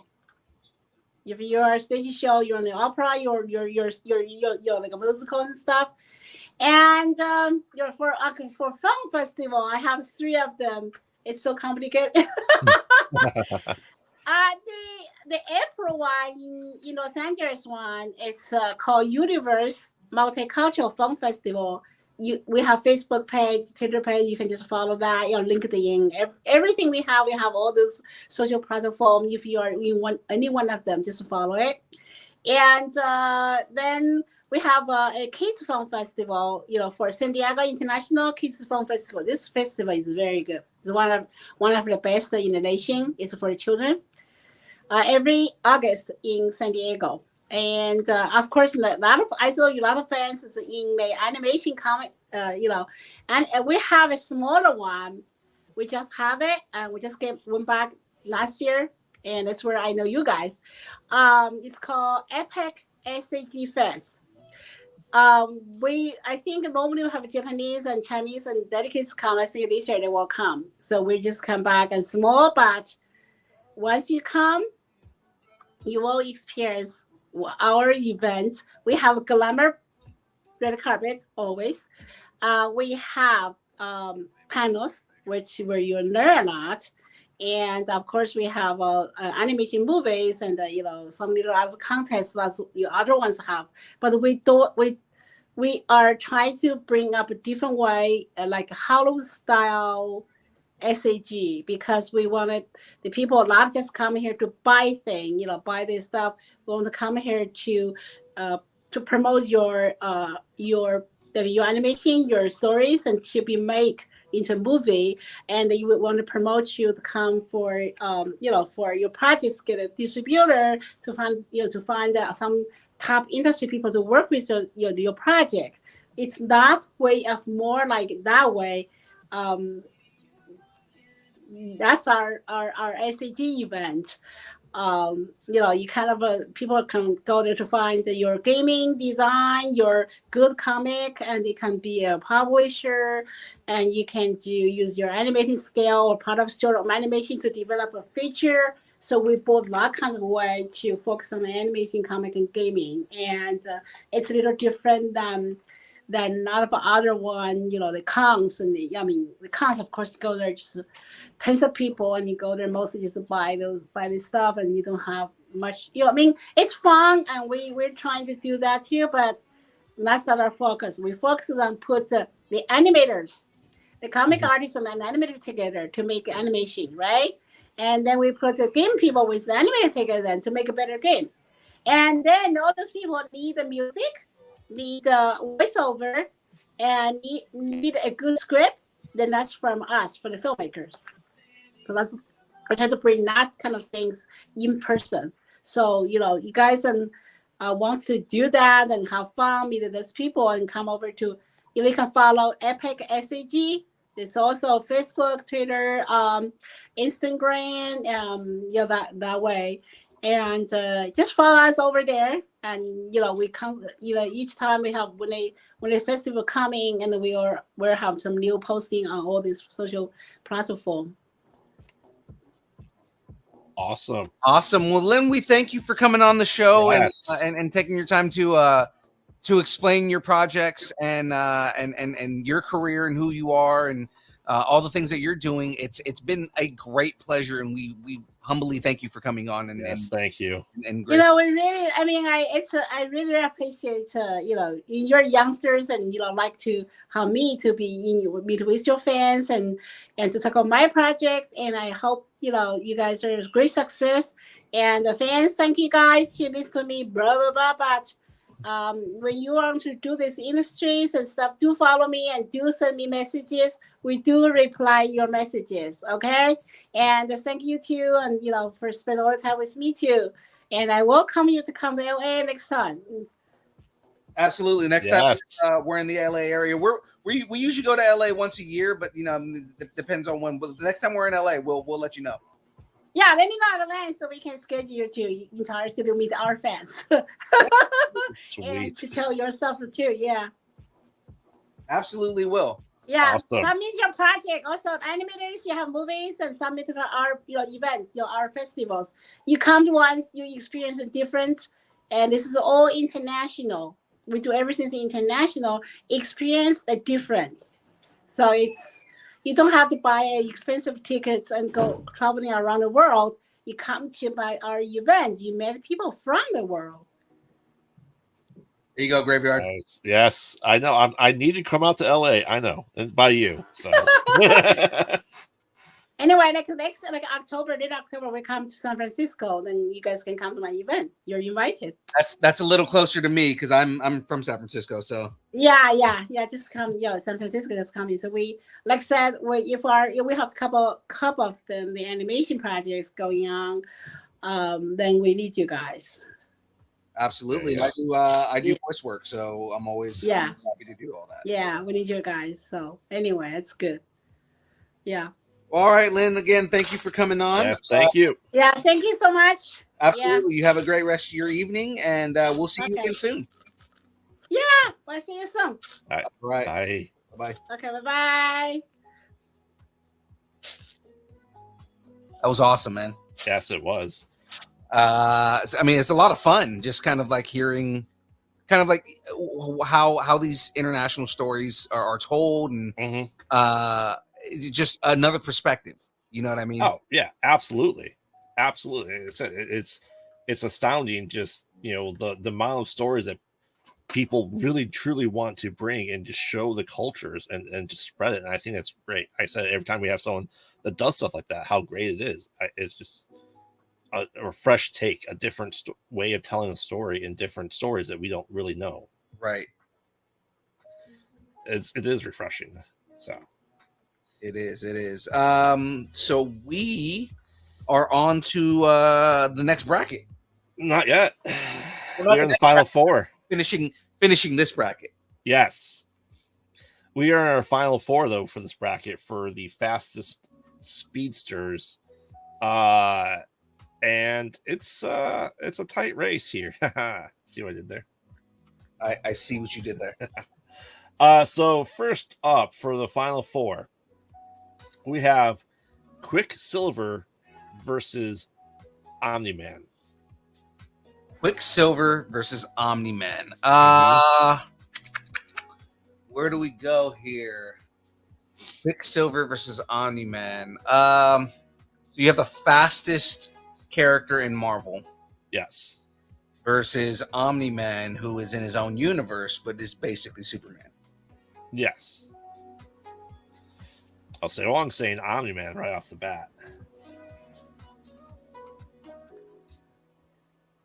Like, I'm not inclined to disagree with him with Omni-Man, but at the same time, I don't know. It's hard because Quicksilver can slow down time. Right. Omni-Man hasn't, that we've seen. At least in the comics and in the show, I haven't seen Omni-Man slow down time. Right. Taylor's seen Omni-Man as well. But he can go from one side of a galaxy to another in like an instant. So I mean, that kind of gives him an advantage. Yes. That he can self-propel in the vacuum of space, which is really hard to do. I mean, I'm saying Quicksilver because I gotta rep the only Marvel person that made it this far. I know, right? It's amazing that he made it this far. Yeah, it is. I love your response. I mean, some of the things, some of the upsets that we've had this bracket has just been funny. For Roadrunner to have gotten as far as he did, last round. For 100 Cups of Coffee Fry to got as far as he did. and yet, we Some- didn't have any Scarlet Speedsters make it to the last round. None of the Scarlet Speedsters. That blows my mind. That no Scarlet Speedster made it to the last round. Yeah, they weren't even in the top 8. Like, how is that even possible that a Scarlet Speedster didn't make it that far? Far. Sorry, I was putting this piece of the wall together, and I pushed a little hard, and the whole thing fell apart. Say Roadrunner physics. Yeah, Roadrunner's physics are absurd. So, so what do you think, Phil? Between Quicksilver and Omni-Man. Yes. Yeah, I almost hate to say that. Or I almost hate to say that. I think Omni-Man would win, but I think Omni-Man might win this. Yeah. All right. Well, that means because it's fucking Omni-Man. Oh, yeah. That means okay. So now we're gonna see who's going up against Omni-Man.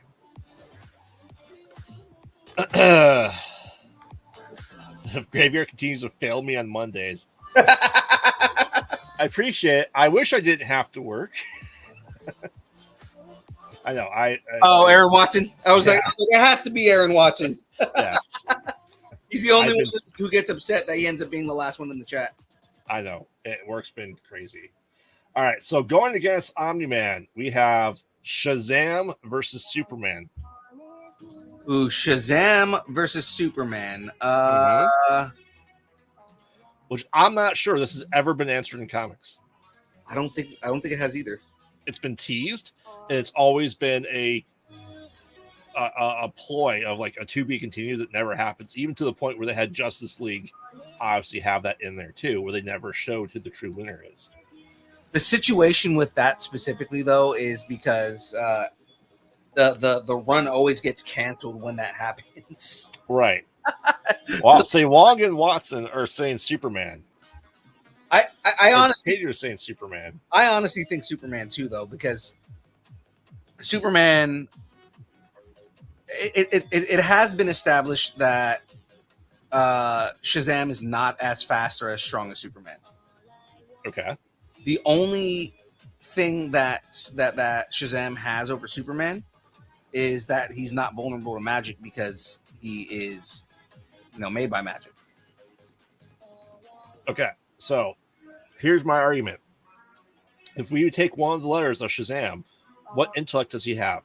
He has the Wisdom of Solomon. So, in theory, with the Wisdom of Solomon, he'd be able to figure out how to go faster. I see the logic there. Right?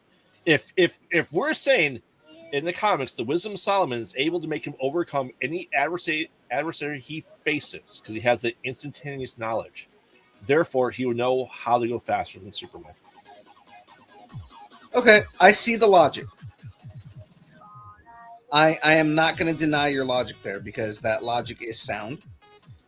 Yeah, I mean that argument is used an awful lot as to why Shazam can win all the fights. If this was a fight, because he has that knowledge, he has the ability to just get the Matrix program in his head instantaneously, faster than the dial-up they use on the Nostradamus for I know Kung Fu, right? That's why I'm saying Shazam. The counter argument in this, Billy Batson is not that smart. He has the he has the Wisdom of Solomon, but it's his big issue is Billy Batson doesn't really outthink his opponents in most cases. He doesn't really think in general. I think part of that is just because he's a fucking kid. Okay. So without naming another show that I've been watching on YouTube where they may have battles to the death, let's say. There is a mode where the gods completely use his body as a vessel. Is that if that's the prime version of Shazam, would Right. that prime vessel be able to beat Superman in speed? I don't know, because the thing is you have the Greek gods, but even with the Greek gods in play, there's still kind of like they're earthbound gods that are not on the same level that Superman is, being a god from fucking space. I mean, on Krypton, he was just a normal person. He is a normal person on Krypton, but it's the same thing where you look at the new gods, right? That's an example, right? You look at the new gods, and it depends on the version of Superman, but like most versions, he's able to beat Darkseid. Yeah. And Darkseid is, he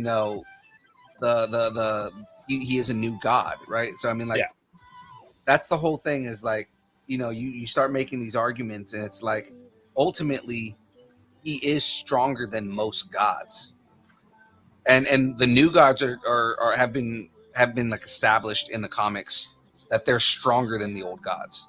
Right. So if in theory Superman can defeat the new gods,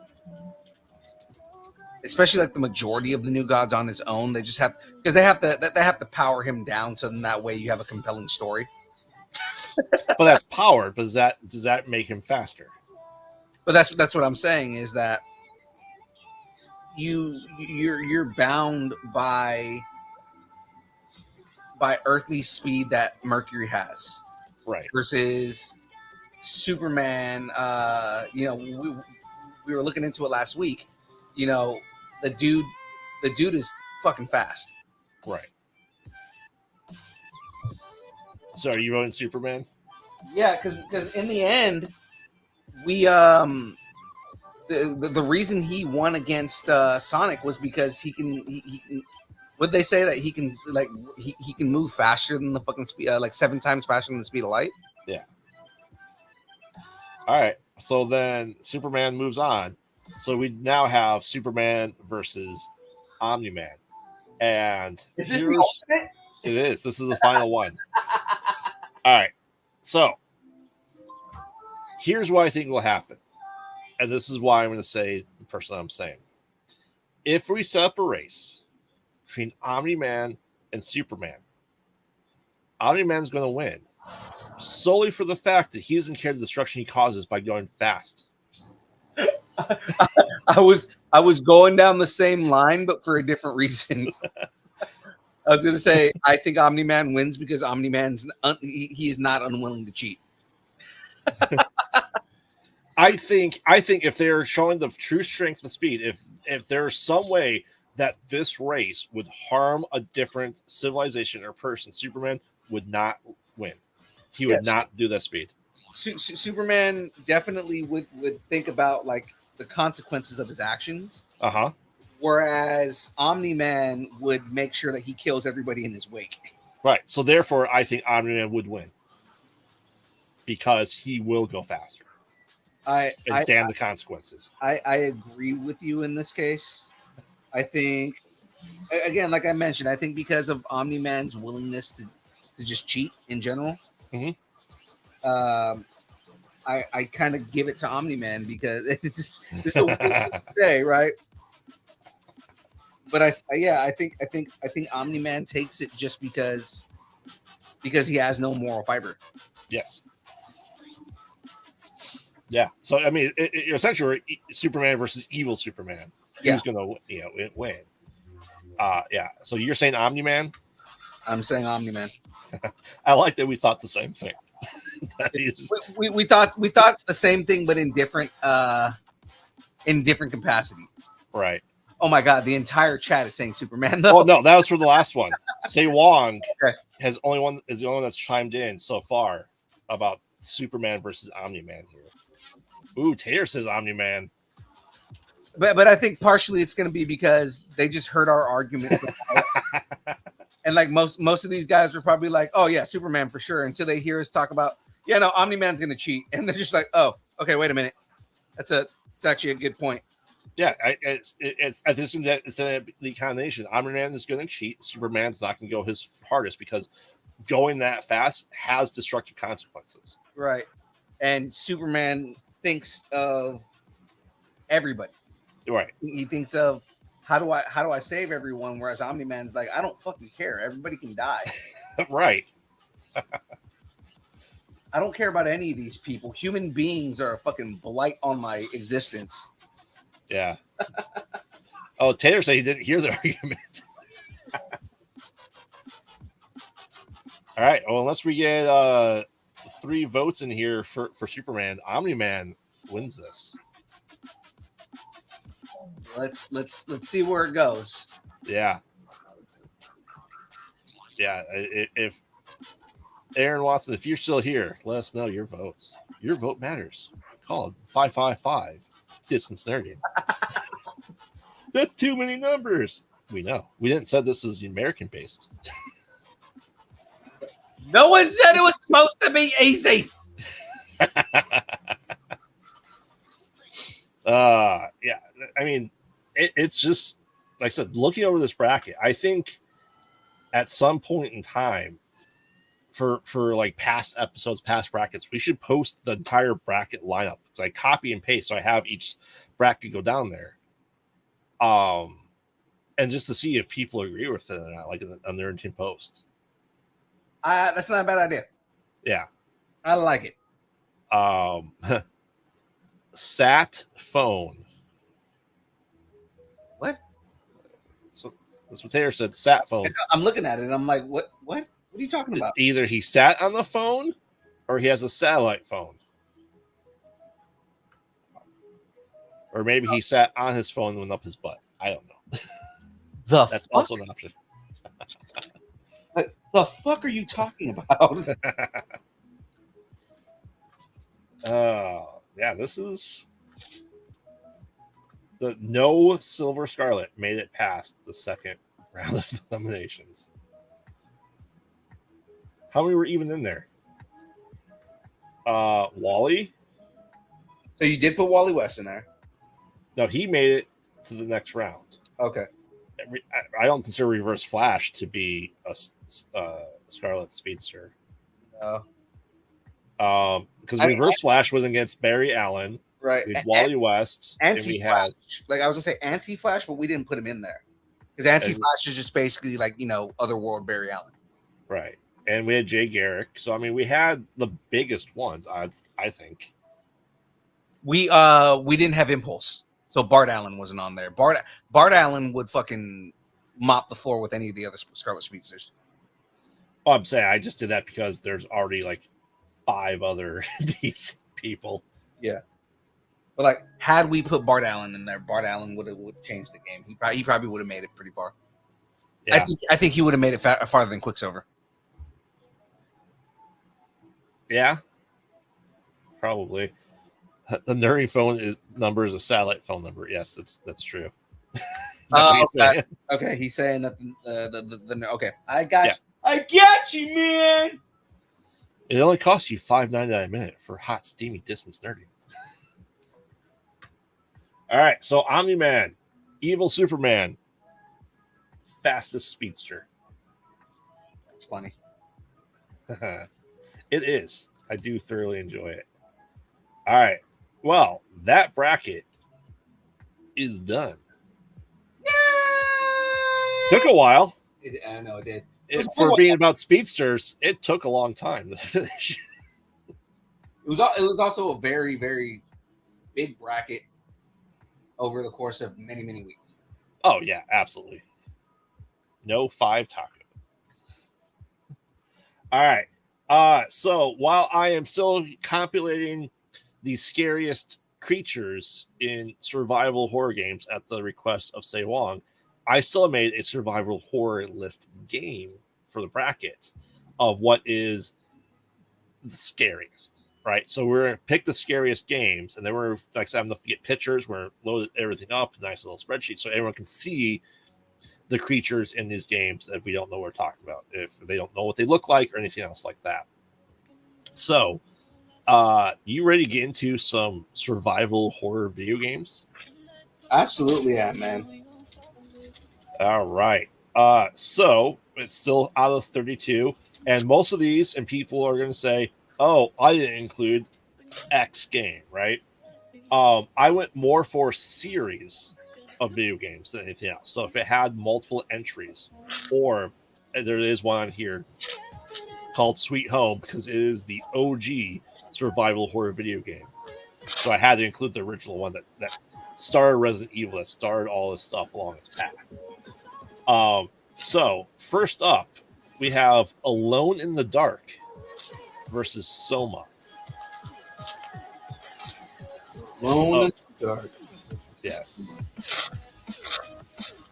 Something that's going to make you shit your pants the most, I guess, is the. That's the general tone we're looking for here. Yes. Which one made you shit yourself more? Exactly. Have you played? You played Alone in the Dark, right? I played Alone in the Dark. Have you played Soma? I have not played Soma. Soma is, if I'm recalling correctly, you're essentially waking up from a coma and you cannot fight back at all. So to me, as much as I love Alone in the Dark, you can still fight, right? Soma, you cannot. Yeah, there's something gutturally terrifying about something where you can't fight back. You can't just pick up a gun and shoot it. So Say Wong and Taylor are saying Alone in the Dark. Like I said, I'm saying Soma just because it is true survival horror. You cannot fight back. All you can do is run. That's like that game, Run Like Hell. Yeah, just like that.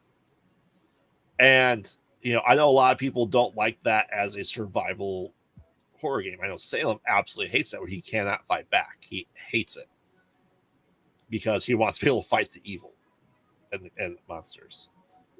So that's why my vote is to Soma As the most terrifying. Yes. Yeah. What about you, Phil? That is a scary concept. Mm-hmm. But Alone in the Dark is a fucking classic franchise, man. It is classic. There's no doubt about that. I mean, are there more jump scares in Alone in the Dark? Probably. Mm-hmm. Overall, as a series, right? Yeah. So are you saying Alone in the Dark? I don't know. I want to say Alone in the Dark. Mm-hmm. But the concept of Soma intrigues the fuck out of me. Yeah. I mean, yeah, like I said, it's a different type of thing. It's like Layers of Fear, right? Where you just or PT. You cannot fight. And to me, that's more terrifying. Yeah, like I said, there's something about that concept that's just absolutely terrifying. Mm-hmm.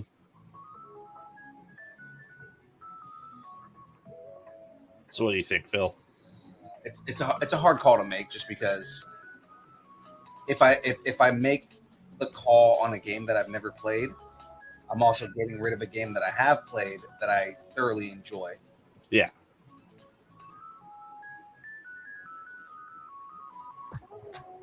But the concept, I mean, what we're going off of right now is what's the scarier franchise, right? Yeah. I mean, if we're saying scariest, movie, as we did before, Alone in the Dark, hands down, just because it's so bad.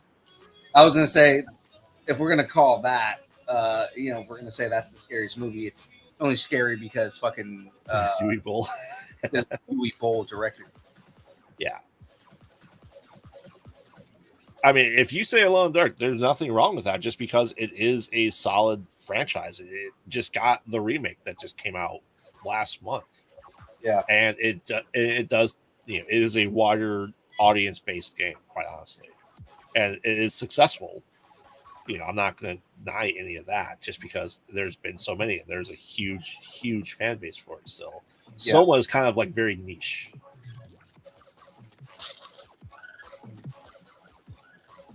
My gut keeps telling me to say Alone in the Dark. Okay. So I think I'm gonna go with Alone in the Dark. All right. Alone in the Dark moves on, and this time for good reasons. Yeah, Not be it's actually moving on because it's a good game, not because it's a shitty movie. yeah. All right. So next up, we have Dead by Daylight. For anyone who doesn't know, it's an asymmetrical horror game. We go around and get stalked and killed in different horror franchises. So if it has a franchise attached to it, it's in the game. Yeah. Versus The Quarry by Supermassive Games. So I'm automatically going with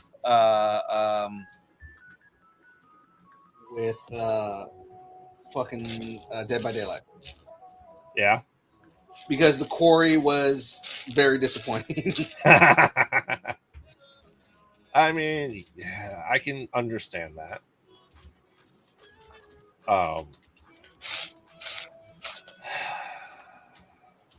Yeah, I mean, like I said, for me, being a horror guy and a gamer too, this is hard for me for every single one of these, quite honestly.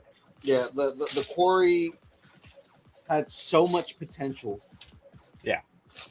And fucking did not live up to any of the hype. Yeah. I will agree. I think another one that's on this list is better than The Quarry. And the fact that you're able to, as the killer, set up traps. You're able to, depending on who you plays, you're able to instantly teleport to every space. So you are, instead of the AI hunting you, it's your friends. Yeah. That's what makes that game so messed up. Yeah. Is you get to see how fucked up your friends are. I mean, I don't think there's any question about me, but oh yeah, no, that's pretty much. Oh yeah, I'm playing against Graveyard. Graveyard is a fucked up individual. Mm-hmm. Of course. Yeah, I mean, like I said, I had to throw The Quarry on there just because it's a big name by a super big name company that does a lot of games like this in the survival horror world, right? It is a massive franchise or massive. Yeah, super massive. Yeah. I see what you did there. It just turned out to be a very, very disappointing game. Mm-hmm. So I know a lot of people don't like the asymmetrical horror. I know that's asymmetrical games are still the rage. I played with Horror Raven. I played Bigfoot, where you're literally Bigfoot's hunting you down, and you're also trying to survive Bigfoot.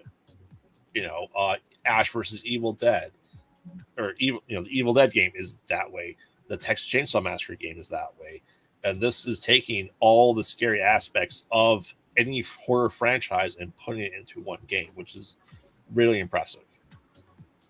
Yeah. All right, so Dead by Daylight moves on.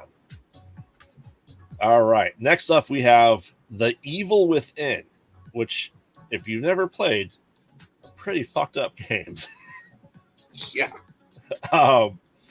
Versus System Shock. System Shock, not familiar with that one. It's sci-fi horror more than anything else. It's like rogue AI in cyberspace. Okay. That you are trying to essentially get past AI and survive. Just think of it, horror in space, and that's System Shock. So there's hacking involved and stuff like that. So obviously there's more potential to have jump scares, but like I said, Evil Within, there's very, very brutal scenes in this game, in both of them. I do enjoy System Shock, but I also really enjoyed The Evil Within. They are hard to do for Twitch streams because they are very graphic. Yeah. What do you think, Phil? We're going for which one is the scariest? Yep. I think I lean The Evil Within. Evil Within. Yeah, they are, like I said, like the new French extremity horror movies were just shock and awe, and it's just nothing but shock and just gross out scenes, I guess, for most people. Not me, because I'm weird. But Yeah, you're more like, give me more gore. I want to see more people dismembered and destroyed. yeah. Shock me. Please try to shock me. So long as it's Evil Within. But yeah, I mean, System Shock is a classic franchise. Yep, Taylor's saying Evil Within as well. So Evil Within moves on. All right. Now, this one is going to be, I think, tough. Until Dawn, where your choices in the game and your fears and the questions you answer to Peter Stormare That already affects the game that you play. That already makes it scary. The fact that Peter Stormare is a part of it. Yeah. And Iceman. Peter and Stormare. Hayden. Yeah. I was saying, like, Peter Stormare is one of those dudes who he can play a mobster, but then the very next movie or the very next franchise he's in, he is the scariest motherfucker ever. Oh, yes. Yeah. And this so that's the premise for Until Dawn for anyone who doesn't know. Like I said, your choices. He's like, what are you more afraid of? Clowns or spiders? And that game will then change based on your selections. But next up, we have it going against the Dead Space series. Oh God, Dead Space. Dead Space. I love the idea of, scary Peter Stormare. Uh-huh. But Dead Space is such a good fucking game franchise, dude. So good that me, a guy who doesn't play very many horror franchises, streamed it. Yep. That's how good that franchise is. Yes. I love that franchise, like, from the bottom of my heart. So that is definitely the one that gets my vote. So you think the scares enough, especially on the update they did from the PlayStation 3 to the new one? God, the update. Like, okay, so they added the jump scares in there, which is kind of cheap, but I mean, just the shock value in that game. Yes. Of fucking, like, monster zombies in space. Come on, man. Well, I mean, and this is where you can say, Dead Space, considering the original guy goes, I can't even play the game. It's too. He has to wear brown pants while playing it just to make sure that no one can tell he shit himself. Yeah. And that's what's crazy about that is, like, the new version was 1,000 times scarier than the original. So I imagine how much he was probably shitting himself when he looked at, like, when he was looking at, like, the new coding for that. Yeah. Because he was probably like, nope, I'm out. I'm out. Fuck this. Yeah. I mean, yes, I love Dead Space, hands down. I was playing it too, as you know, right? Mm-hmm. On stream, and it is a fantastic game. Does this emotionless monster that I am get terrified by that stuff? Obviously not, but I appreciated it for it was. However, my vote is Until Dawn because it's what's more terrifying and psychologically scarring than your choices being affected in the game, where they're asking you personal questions about yourself and they use it against you.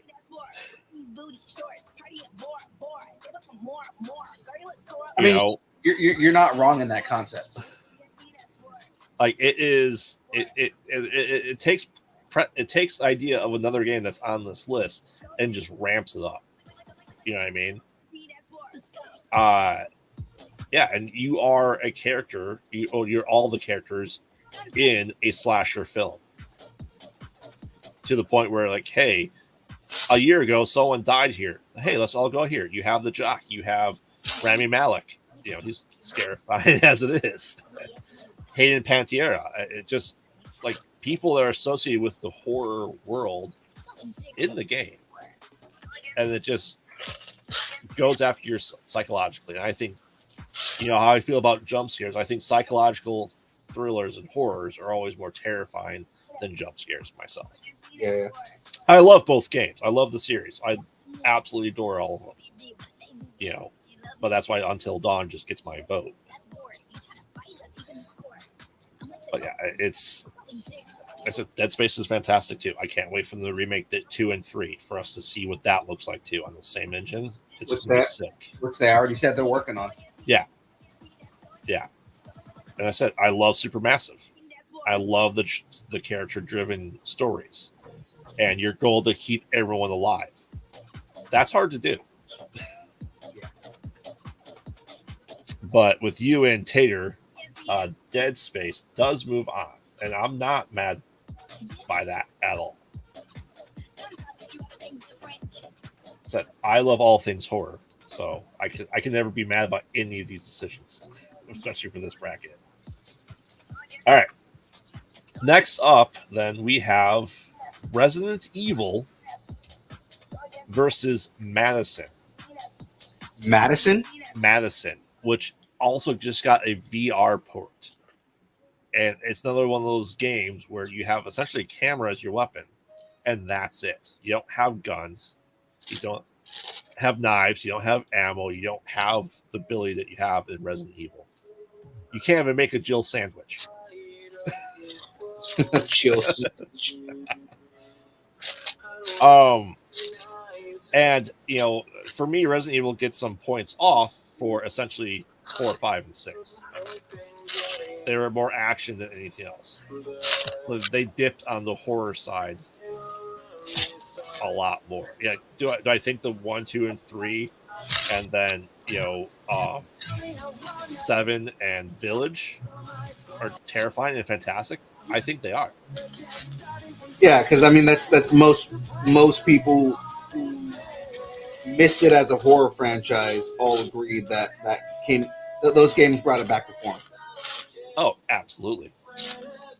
They really did. But like I said, Madison's more psychological horror and thriller, and I tend to like those more. So that's why my vote is.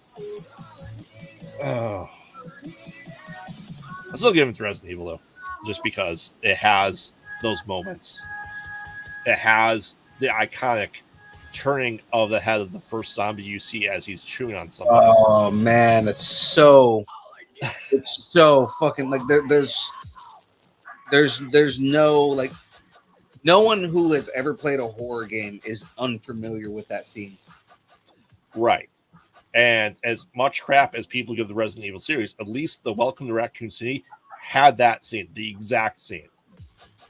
And they did it perfectly. That is such Resident Evil or Madison, Tater. Madison's kind of an unknown-esque game. It's like a Layers of Fear. If you ever played Layers of Fear. But essentially you can't fight back. What do you think, Phil? Resident Evil? Yeah, I mean, I think I ultimately am going with Resident Evil just because it's just so iconic, man. Yeah. I mean, the Resident Evil is going to be a strong contender for first. I have no doubts about that. Just because it is very, very iconic. All right. Well, do we want to do one more? Because we're about at time here. Yeah, let's do one more. All right. This might be no contest as well. Silent Hill versus Fatal Frame. Fatal Frame is one of those games that I've heard of, but I've never actually played. So it is. It's a Japanese survival. And it's about kind of more ghosts and paranormal and stuff behind it. Think of it of like the idea of Japanese lore, like The Grudge or The Ring in a video game. Gotcha. Which actually brings me to ask you, somewhere down the line, is Phasmagoria on this? No, because it's kind of a one-off game. Okay. And that's the reason I'm asking is because I know we're talking franchises only. So yeah, and I don't really consider it a survival horror because it's more of like ghost hunting. Yeah. I mean, yes, there's jump scares, but you get used to it. You know that haunts are happening. It's not just a out of the dark. You don't really necessarily see all the stuff that make you go, oh crap. You know what I mean? Yeah. For that. But Tater says Silent Hill. I tend to agree with Silent Hill because the atmosphere, you cannot beat the atmosphere of Silent Hill. No. It has the fog, it has the sirens when evil is approaching it, it has the radio static, it has the mental instability of like the room.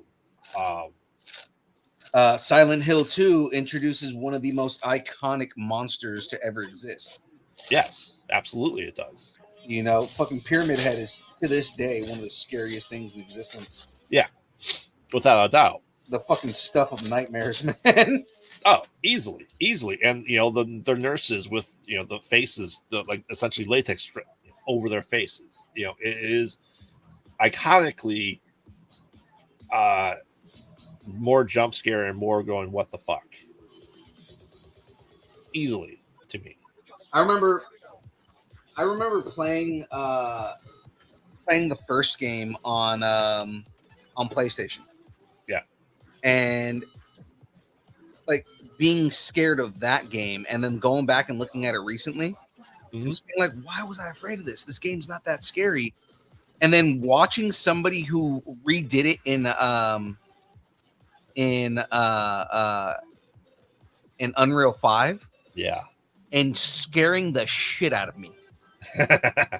Like, this is why I was afraid of this game, because back then it was like, this is a scary concept, but like back then it was scary because that's all we knew. Right. And you go back and look at it now and it's like, that's fake as fuck. It's not scary at all. Right. And watching the remake of it and it's like, nope, that's fucking terrifying. Oh yeah. Hands down. And they're remaking Silent Hill too. Yeah. Yeah. And what's Pyramid Head gonna look like? I wonder if he's gonna be like more kind of like shock gory. I kind think of so. I kind of want him to be like just like a massively buff body inside with a pyramid for a head. Yeah. Carrying just like a comically big fucking axe. Yeah. But like that's what's kind of scary is that he's fucking dragging this thing across the ground. Yeah, he's trying to be Cloud from Final Fantasy VII, but it's just not strong enough.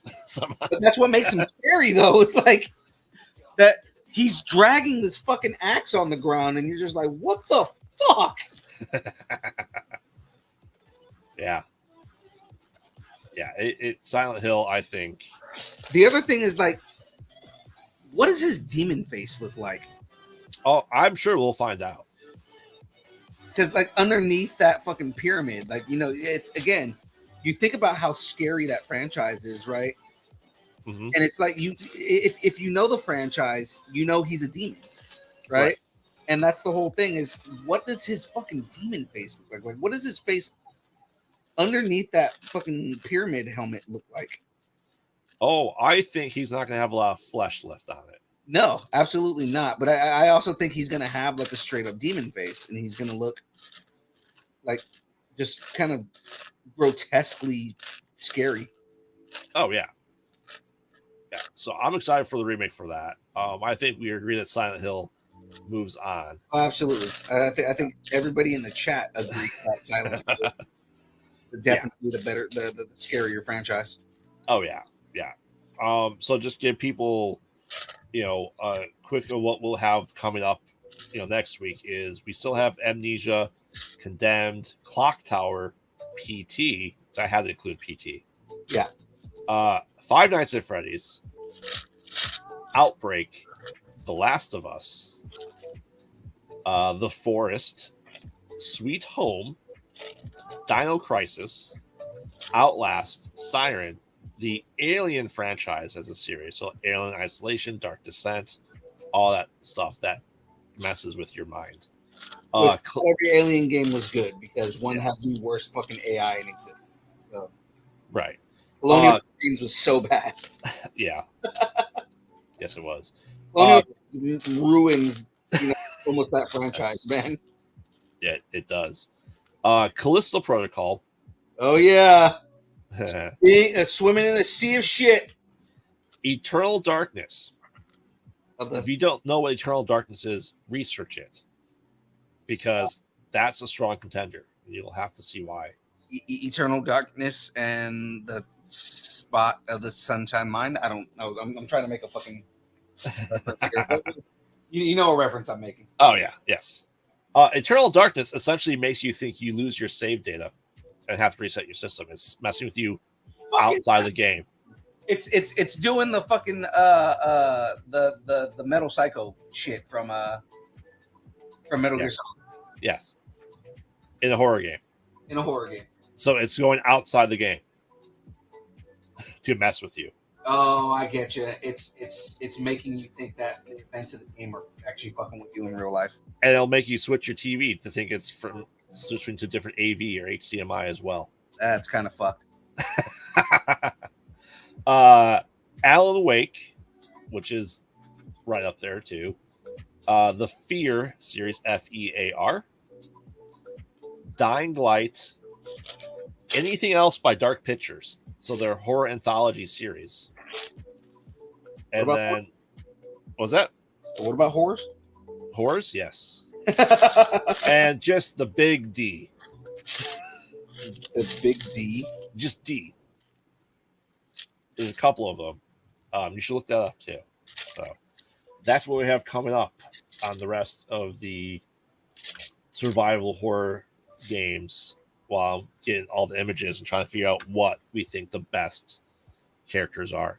And for anyone listening now or in the future, and we put on the Nerd post too, is let us know what you think the most terrifying creatures or demons or people even in survival horror games are, and we'll make sure to have it to the list. Absolutely. I am just trying to find this last piece. This is a problem when you have this whole kit has a lot of pieces. Yeah. And I don't have enough table space to put everything out. Well, I mean, what are you building? I am building the friends' apartments. Oh. Could there be any more pieces? My sandwich.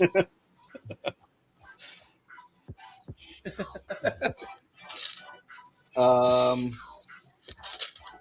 found it. Yes, I found the last piece. Yay! I'm just yay. So I'm just putting these armchairs together real quick before I close this out. So let me just do these real quick here. This is the chairs in Joey and The Parker Loungers. Yeah. Sweet. That's exciting. Gasp says Say Wong. What say you, Say Wong?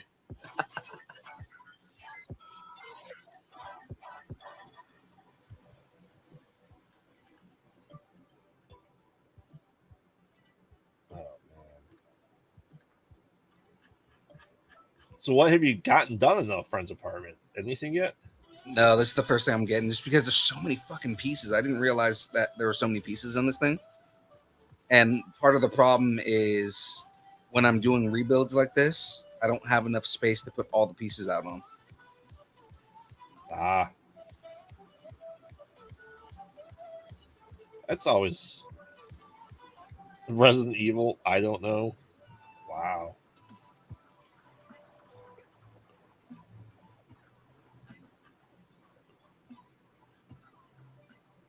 I don't feel like something was done right here. Uh-oh.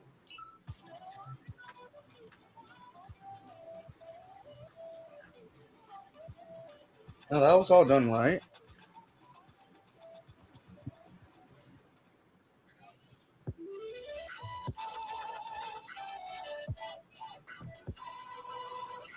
Interesting.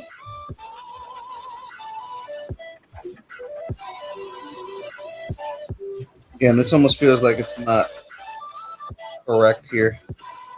Uh-oh. Is the chair the chair legs fit right, but they're not in the right place. They should be back a little more. I'm gonna have to figure out what the hell happened here.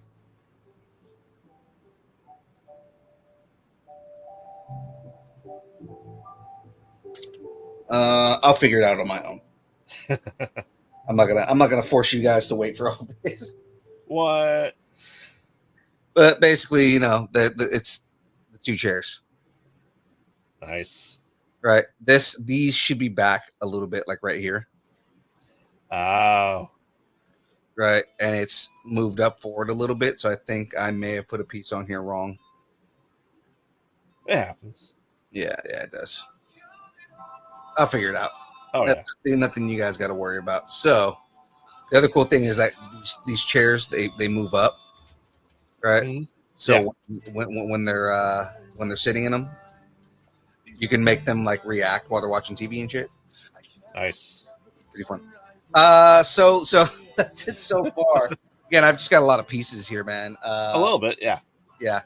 But yeah, that's basically it, guys. Let me change my camera here.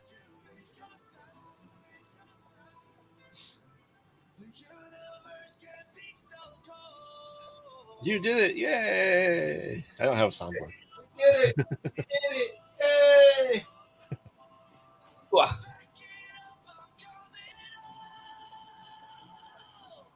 Soundboard. All right, ladies and gentlemen, that is it from us this week. It is still big on my face. There we go. All right. Say Wong said, I don't know. But that's it from us this week, guys. Thank you for coming and hanging out with us. Now, next week, we've got a massive guest. Next week is Patricio Ginalesa. He's the director of the Lumpia movies. Sweet. Yes. If you have not checked out the Lumpia movies yet, unfortunately, the original movie is on DVD only. And the sequel, Lumpia with a Vengeance, is currently on all VOD platforms. But it is an amazing movie. I highly encourage you guys all to watch it. We've already talked with Lawrence and Diego, the guys who are rocking the comics, also co-creators of the movie.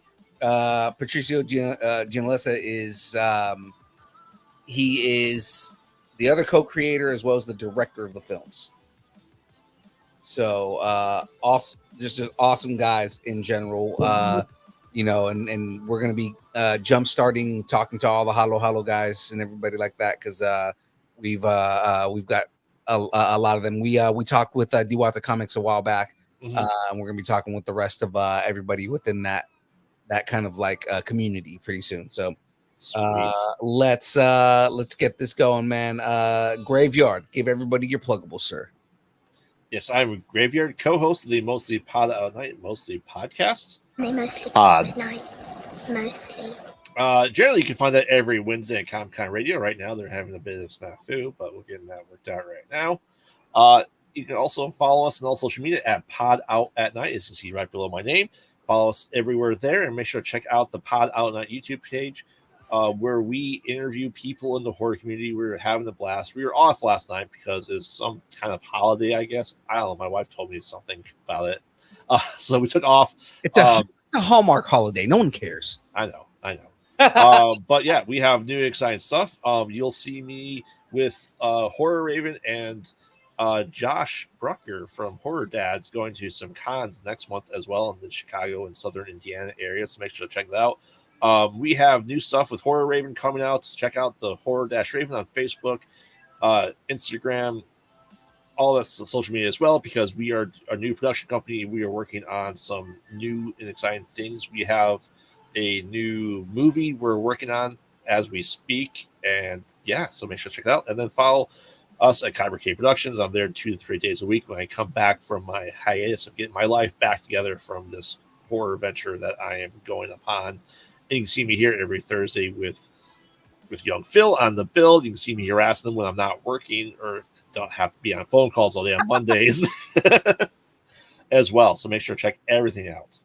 All right. And ladies and gentlemen, of course, you know who I am. I'm your boy, Young Phil, Distance Nerding. You can follow us on all the social medias on Instagram, Facebook, Twitter, Twitch, TikTok, Threads, YouTube, Discord, MySpace, Vine, GeoCities, Friendster, Second Life, AIM, Farmers Only, Christian Mingle, OnlyFans. It's only pictures of Aaron Watson's feet and handles and the beard. Oh, okay. At Distance Nerding. And of course, if you'd like us to break up with your boyfriend, girlfriend, significant other, pet, schoolyard bully, annoying neighbor, or just let us know how much you enjoy us, hate us, or wish the internet would consume us and spit us out at the feet of Pyramid Head, send us an email at dist graphics team. Okay, good. Nerding at AOL.com, and we will read your email on the show. So, if you want to give us any suggestions, if you know any horror franchises, if you don't want to tell us in the Nerdings in Post, if you just want to send us an email and let us know what it is that you want us to add to this horror franchise so far, because we can add some more. Let us know. Send us an email, and we will get that done. All right. So that is it from us for today, guys. We will see everybody next week for more fun. Yes. We love you guys, and remember, keep nerding together. It is time for the dance party. Let's get this going.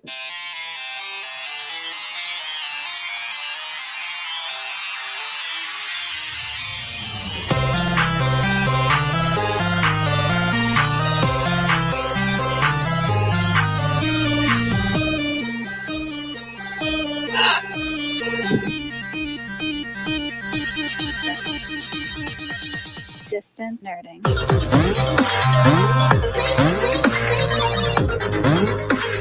Having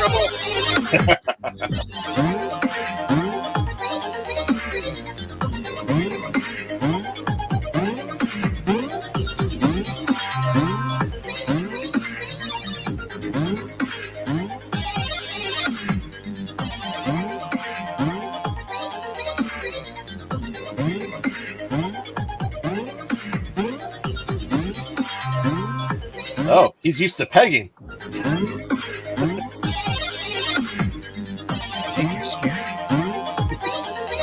I'm used to it. Disney.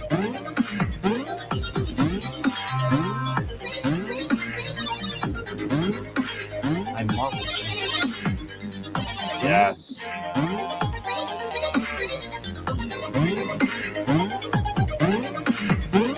Super penis. All right, see you guys next week.